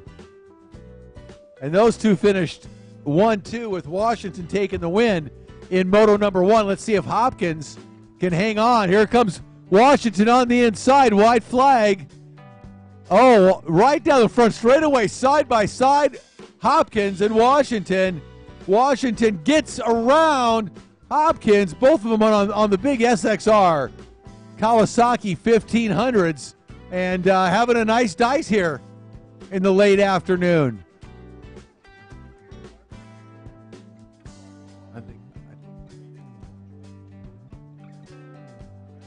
Guys are getting after it out there, no doubt about it. Hopkins not able to maintain that lead over Washington, but Isaiah Washington has looked good today. Washington out of Orlando, rider for Liquid Wrench, Gunk, Jet Pilot, Blosian, Abaco, 60 helmets, and a Flowgrown.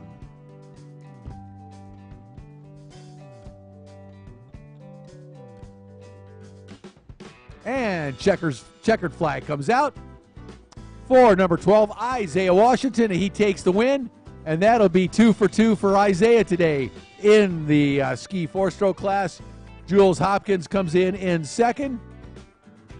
And David Cabrera, the Iron Man today, takes third. Iron Man, he definitely is.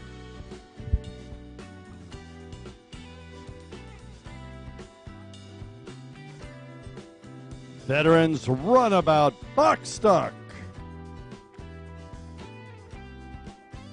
And we need amateur ski stock, not ski four-stroke.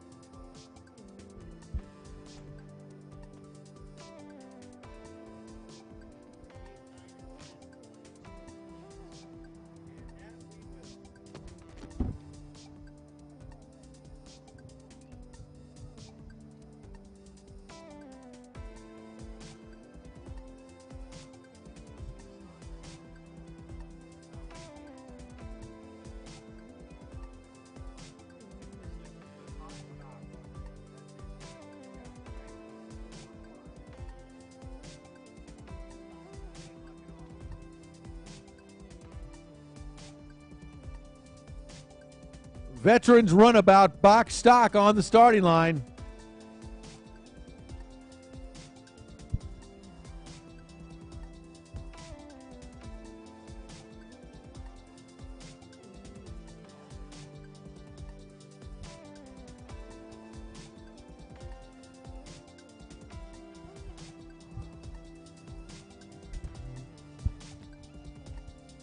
Whoa. Oh, don't do that.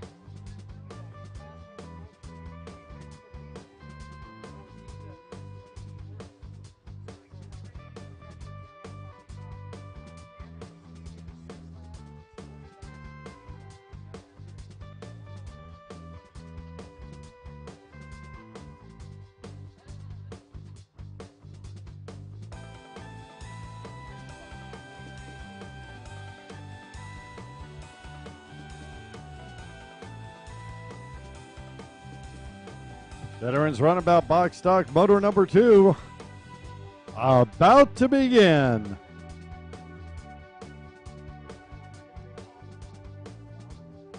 You're going to make 5. 540 already.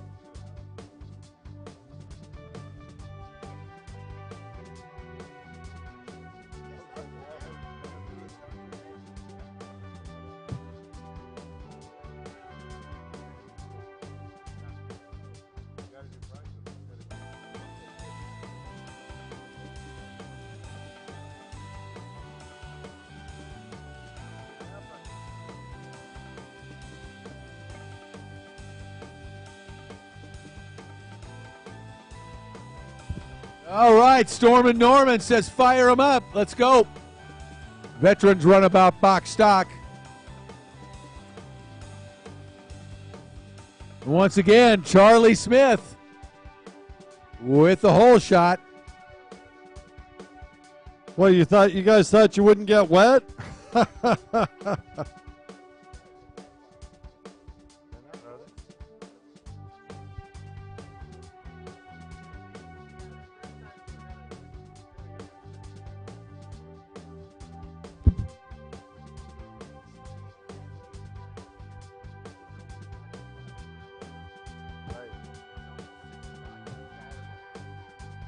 critical.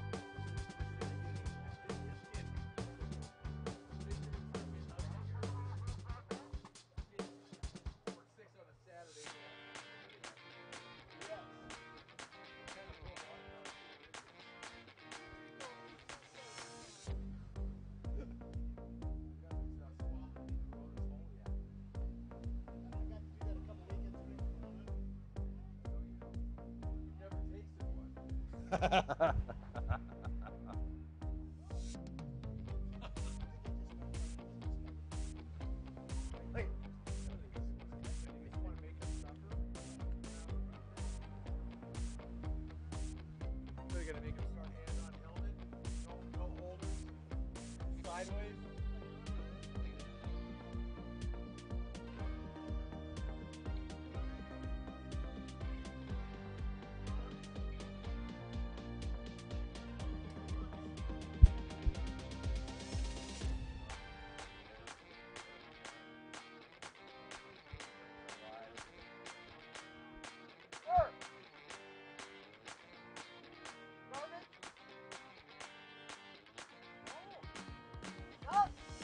Once again, veterans runabout box stock.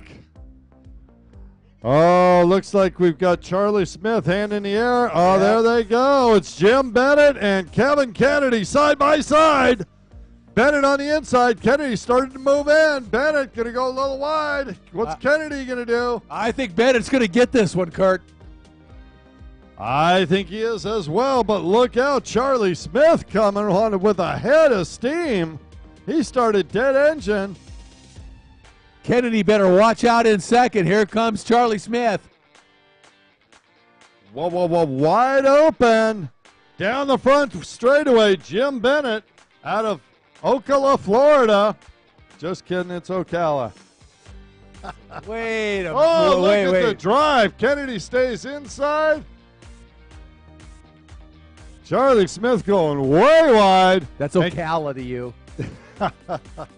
And Kennedy trying to keep Charlie Smith behind him in that second spot. Meanwhile, out front, Jim Bennett is taken up. Amateur ski stuck. We need you guys to the line right now. There's like 40 of you guys. Yeah, Jim Bennett is hooked up and gone, man. Oh, man, he is just cooking. He's boiling the water out there. Wow, he is just hooked up. Hey, that's amazing. A battle for second, though, man. Kevin Kennedy holding off Charlie Smith. I don't want it. You take it. No, you take it. Meanwhile, Jim Bennett's like, I'll take it. And taking it he is on the 157 machine. He's out front. Kevin Kennedy holding off Smith. He is. I'll tell you what, these waves are tricky coming down the front straightaway, and Kevin's doing what he can to block Charlie Smith behind him by taking the inside on both corners. Smith doesn't have quite enough speed coming out of a final corner onto the front straightaway to make it work. Whoa! And look at this. All of a sudden, Kennedy starting to reel in Bennett just a little bit.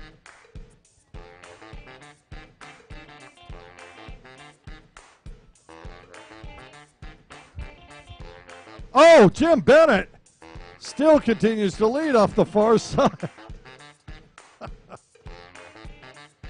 Watch him as he makes the turn onto the front straightaway. A wire-to-wire win for 157, Jim Bennett. Oh, goodness gracious. And it is Kennedy, Kevin Kennedy, taking second place, holding off Charlie Smith here in Moto number 2. Oh, it's going to get crazy. Amateur ski stock, Rick. We've been waiting for it all day. Moto number 2, amateur ski stock. This one's going to get good in these conditions out here.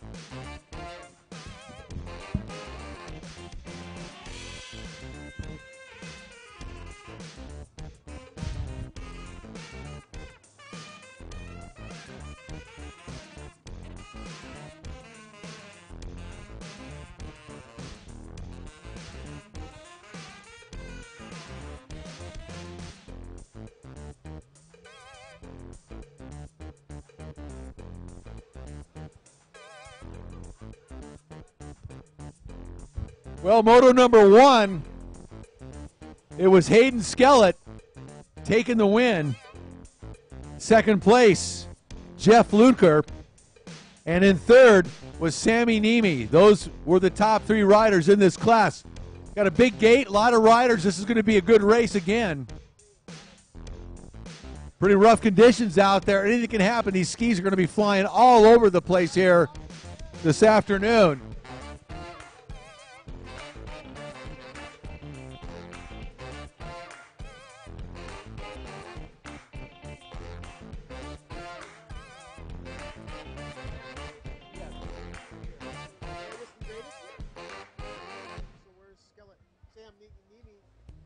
Third.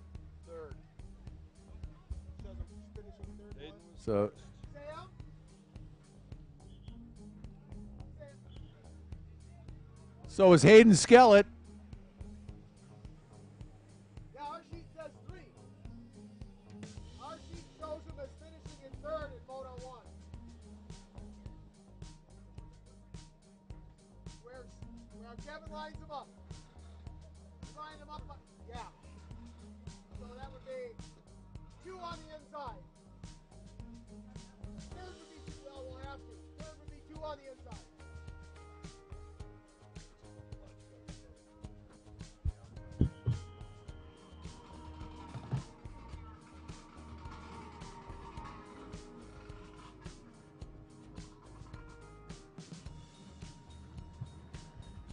Going to be a challenging start here through the surf into the first turn.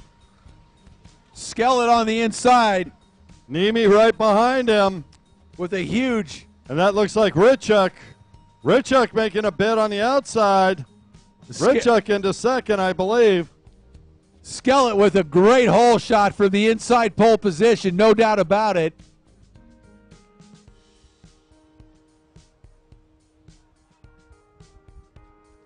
.115 in second. Yeah, Connor Richuk. Sports stock, novice sports stock to the line, please. And Sammy Niemi in third place down the front straightaway. It is Skellett out in front, Hayden Skellett, followed by Richuk, and then Sammy Niemi in third, and a hot dice for fourth. That's Taylor Skellett. And 425 in the mix out there. Wyatt Hayes also going at it. Got a rider off.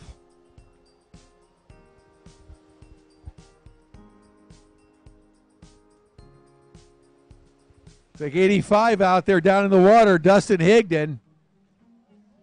Down the back straightaway.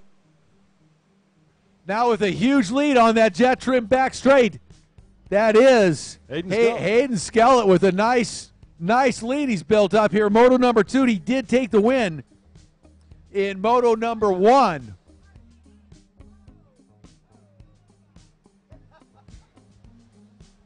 It's close. Got a yellow flag down the front straightaway with the rider in the water. Now he's getting out of there. Skellett comes by with the lead. Uh-oh. Looks like we had a change of position here. That's 425, it looks like. Wyatt Hayes going into second. 115, Richuk in third. Oh, missed the boy, went too far. And Richuk going to take advantage. Get that second position back. Richuk gets second, and it's Hayes right there. And then Sammy Niemi in fourth, putting the pressure on both of them. And then Taylor Skellett behind that trio. Gotta love it. Got a lapped rider up front. Hayden Skellett's going to deal with. Yeah, Hayden down that jet trim back straight all by himself now. Out in front with a commanding lead. And a lot of dicing going on in this moto behind him. Well, it's starting to spread out a little bit. Hayden Skellett already with one rider lapped beneath him. That rider went down. The second position, Wyatt Hayes, I believe, in third. Not seeing Richuk there. No, who is it? There's been more moves over here. That's Hayes. Hayes in second now, behind Skellett. And then Sammy Niemi in third. Looks like Sammy Niemi. So Richuk now has dropped off the battle.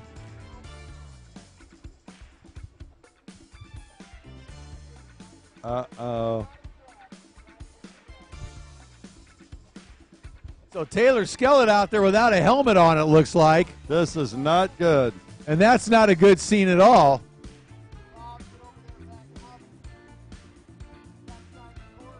I don't think I've ever seen a rider's helmet come off before. Unfortunately, I have multiple times with the same woman. Donna Beresford, used to be Donna Boggs, was beating Christy Carlson at Havasu for the World's Championship in the women's runabout class. 1 lap to go. Hurricane winds, 10-foot seas. She went into a wave, and it blew her helmet right off. I don't understand that, but I believe you. I don't remember that, but Oh, crystal clear. She was one of our, yeah. Maverick's like, I was right there. Oh, it happened to you too? Yeah, if you don't tighten it enough. It did? Yeah. And, by the way, Donna says she had tightened her strap too. But it was hurricane. This is that year that the Yamaha tent, the Kawasaki tent flew into Yamaha's booth. Yeah. I remember all that. That was not fun. Well, she's got it back on now, safe and sound. Back underway. Novice Sports Stock to the line. No.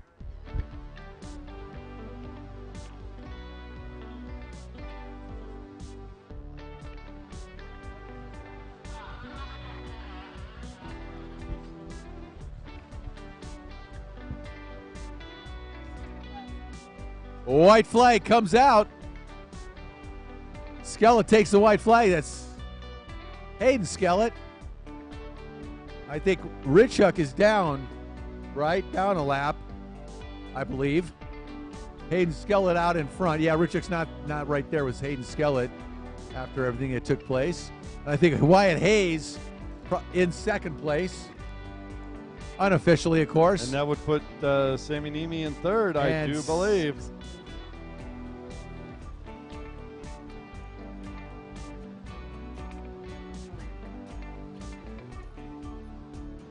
And here comes number 13, Sammy Niemi, perhaps in third. He's got a rider in front of him. Not sure if he's down a lap or not. Comes Marshall Brown right back on the gas.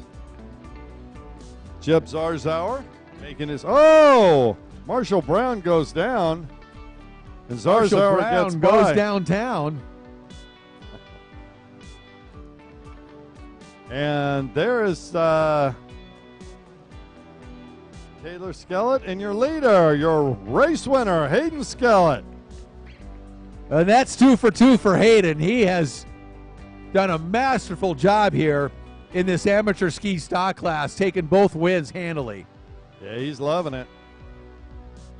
The Skellett clan is going to have some fun tonight.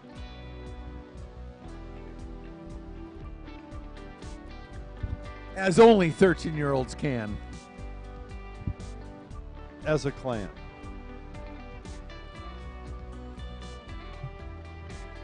All right, Novice Sports Stock. Final race of the day. Novice Sports Stock, moto number 2. Riley O'Flaherty, Sammy Niemi, Jason Zaghian, Sahagian, Hayden Skellett, and Robert Tyre. So we'll probably have a 2-minute for the kids that are going to come right off and get back on.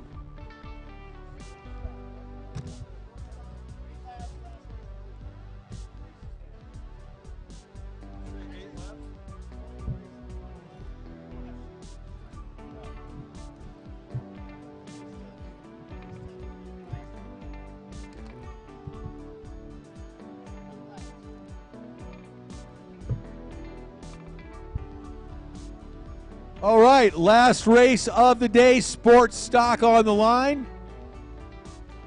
This is going to be an 8-lap affair to wind things up here. Day number 1 of the Blue Dog Chemical Company Pro Watercross Tour presented by Broward Motorsports. Sports Stock, we're going to wrap things up in fine style, Kurt Nolan. Oh, we're gonna have a blast. I cannot wait for this race. It was exciting last time. This is going to be even more exciting.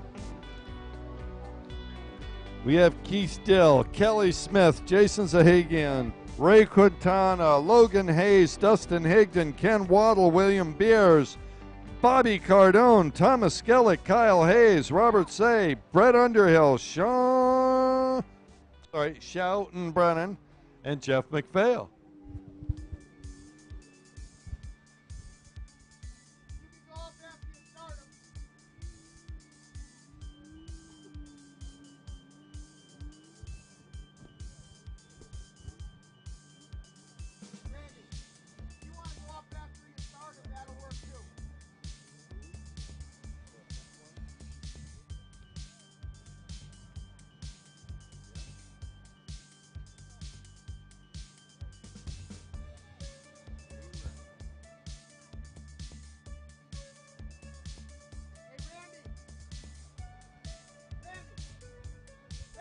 Randy, Course Marshal Randy.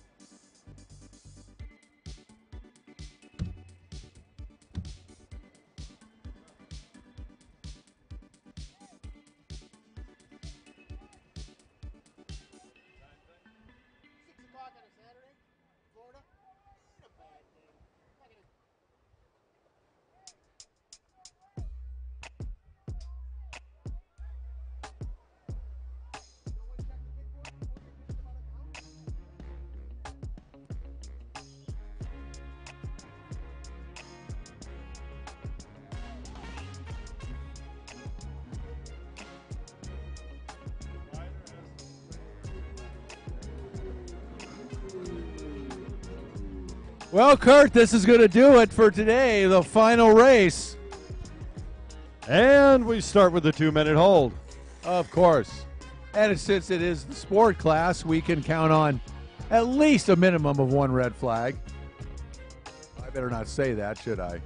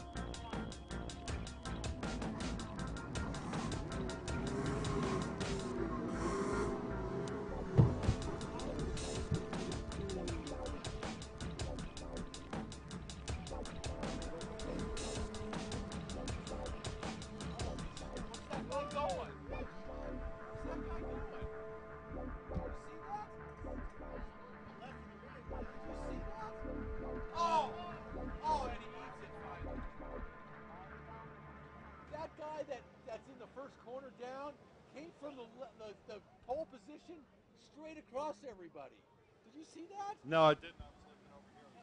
You saw it. That was ridiculous. I've never seen that before. That guy that's down in the first turn is nuts.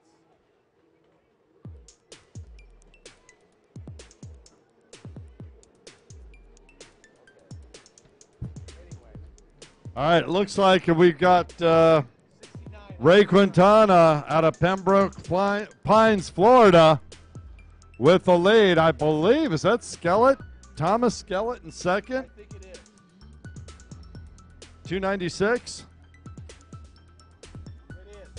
All right, Thomas Skellett in second. Numbers are so hard to read on your skis. Yeah, almost impossible.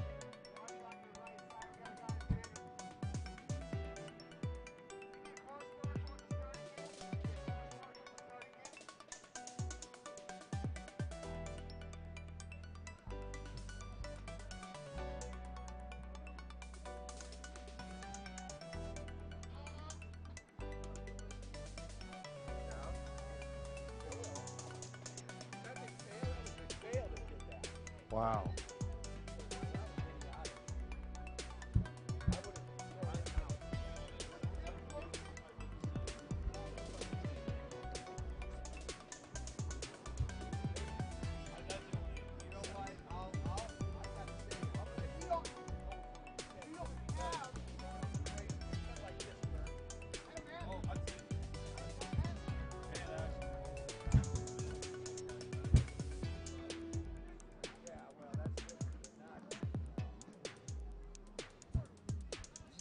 As we're watching out front, Ray Quintana, number 69 boat, out in front.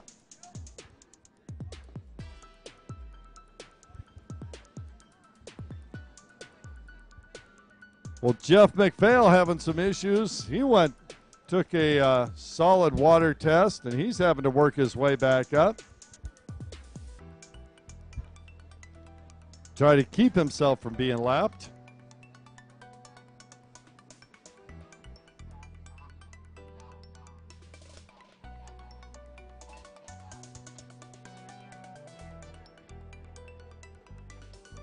All right, here we go.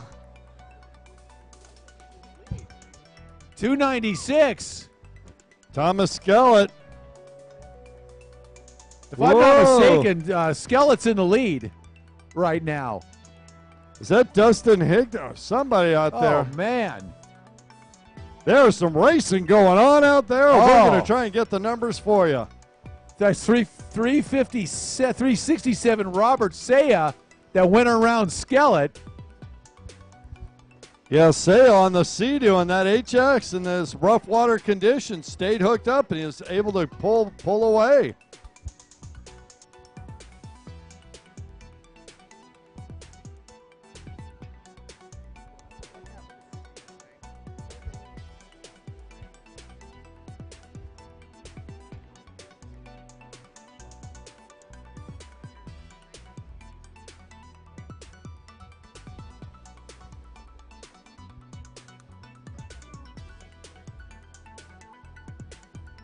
Robert Say coming by.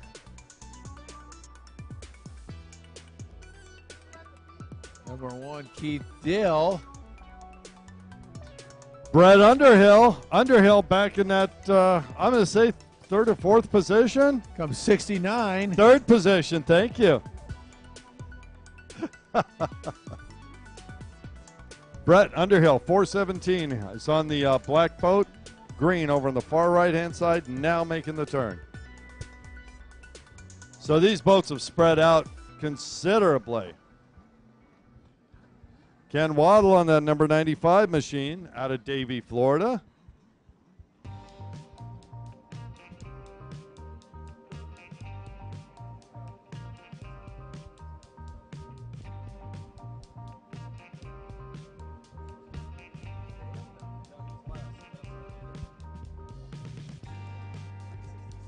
Yeah. Go ahead. Robert Saya apparently 367 out in front. Very unofficially at this point.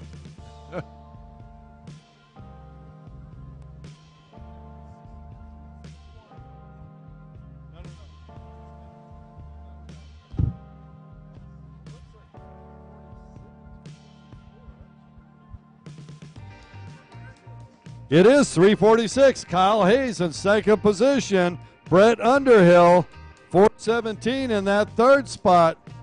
So your top three is spread out almost equidistant. And the racing's going on everywhere behind them.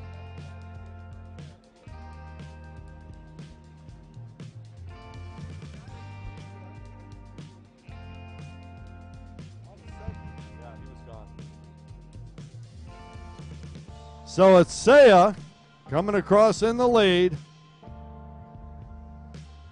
Kyle Hayes in second and Brett Underhill in third.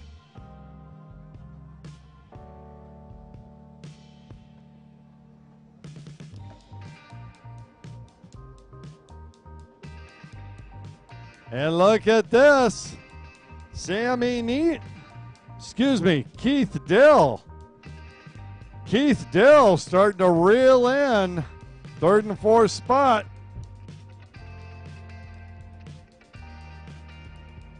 And as we say that, Ray Quintana, he was leading, must have went down and had an issue. I don't know what happened. And he is starting to move back up. Yeah, I didn't see what happened with Quintana. He took the early lead and then kind of disappeared from the radar there.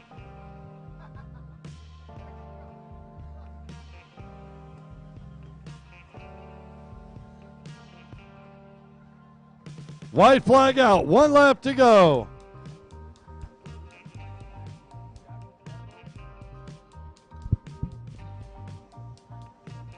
Yeah, 367. So that is our race leader, 367, Robert Saya. He takes the white flag.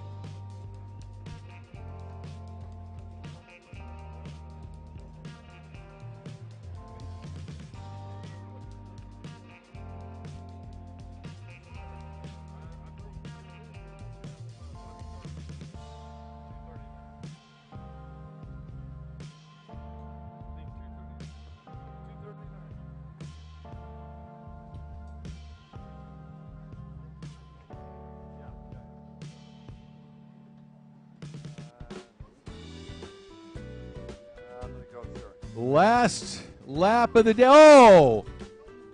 No Spin way. out. Spin out on the left side of the course.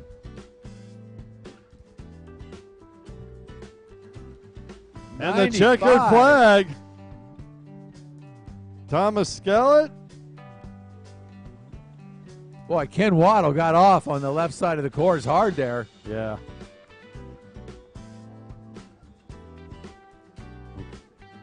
Yeah, Robert Say coming in feeling strong. 367. Yeah, there's Kyle Hayes and Brett Underhill. Jeff McPhail lives.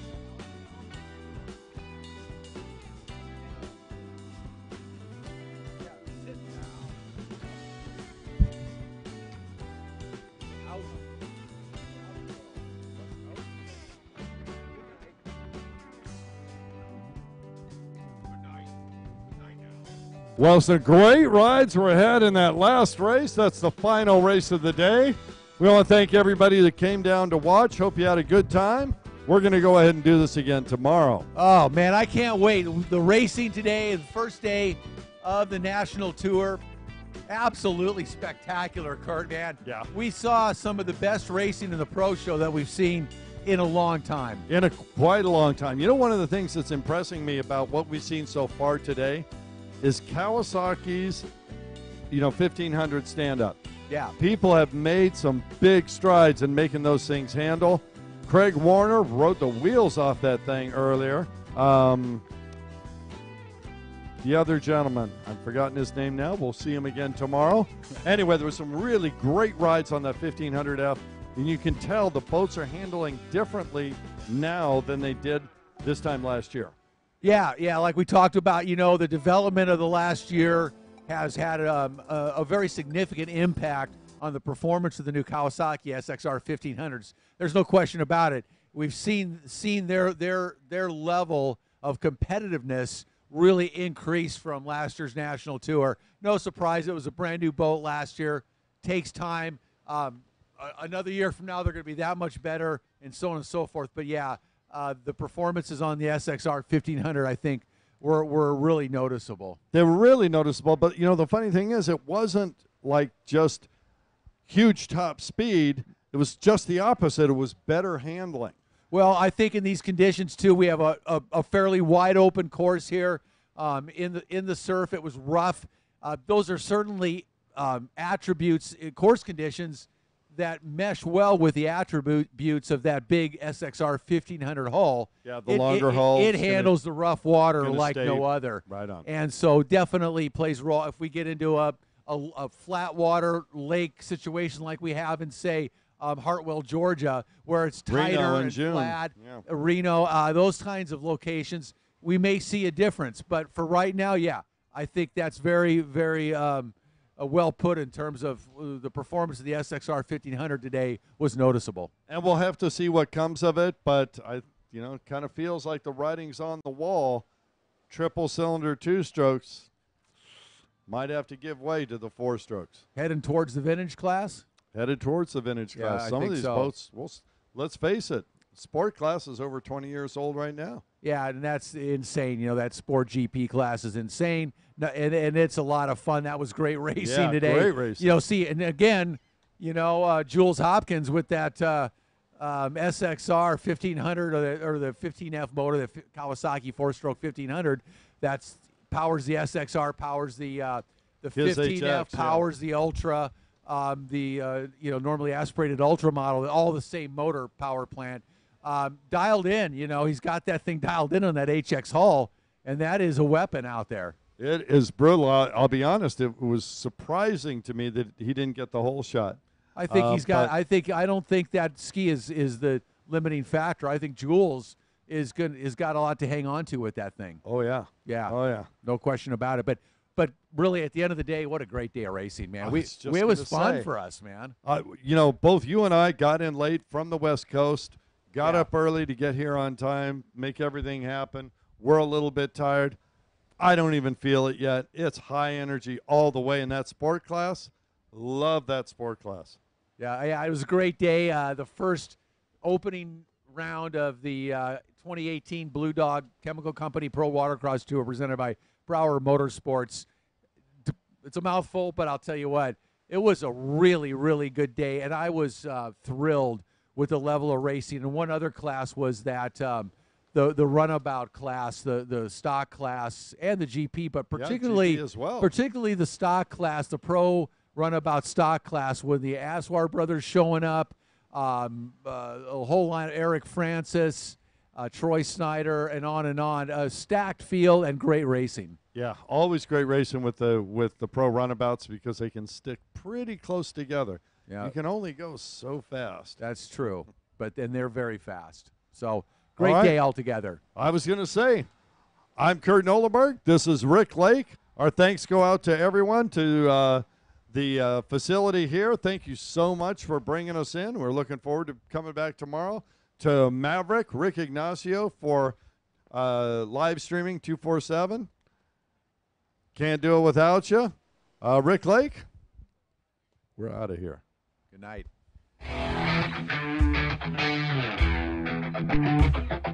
Blue Dog Chemical Company's mission can be summed up in 3 words: technology-fueled performance. Lots of companies talk performance. We've lived it for 40 years. Our team has developed some of the most trusted fuel delivery systems and oil additives for grueling commercial applications, for companies whose fortunes depend on maintaining peak efficiency and performance. Now, we've shifted gears and brought these proven formulas to popular recreational applications. Our fuel and oil additives have one thing in common: we address problems and solve them. We're not about quick remedies or band-aids. Take our oil additives. They tackle the problem of thermal viscosity breakdown head-on, not by adding potentially engine-harming solids like Teflon or rubber polymers to reduce friction and heat, but by formulating our oil with additives that bond to engine parts and solve the problem. The result is a solution to friction, excessive heat, and the fuel economy and performance it robs from your engine. In fact, our additives will give you 10% or greater fuel economy in the process. Blue Dog fuel additives are an even greater stroke of genius. Again, we attacked a problem. Take gasoline, for instance. The reason the typical fuel burn efficiency is somewhere around 70 to 75% has to do with the varying size of fuel molecules. Its smaller molecules burn rapidly. Longer molecules burn much slower.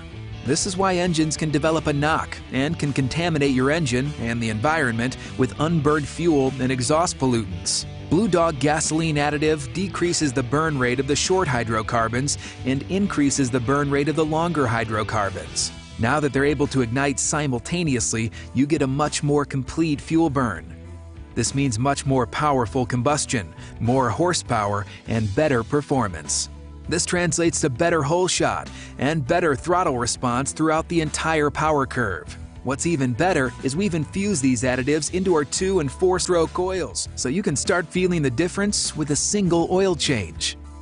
So if these sound like advantages you could use, pick up some today from our representatives or visit BlueDogChemicalCo.com to learn more. Blue Dog Chemical, technology-fueled performance.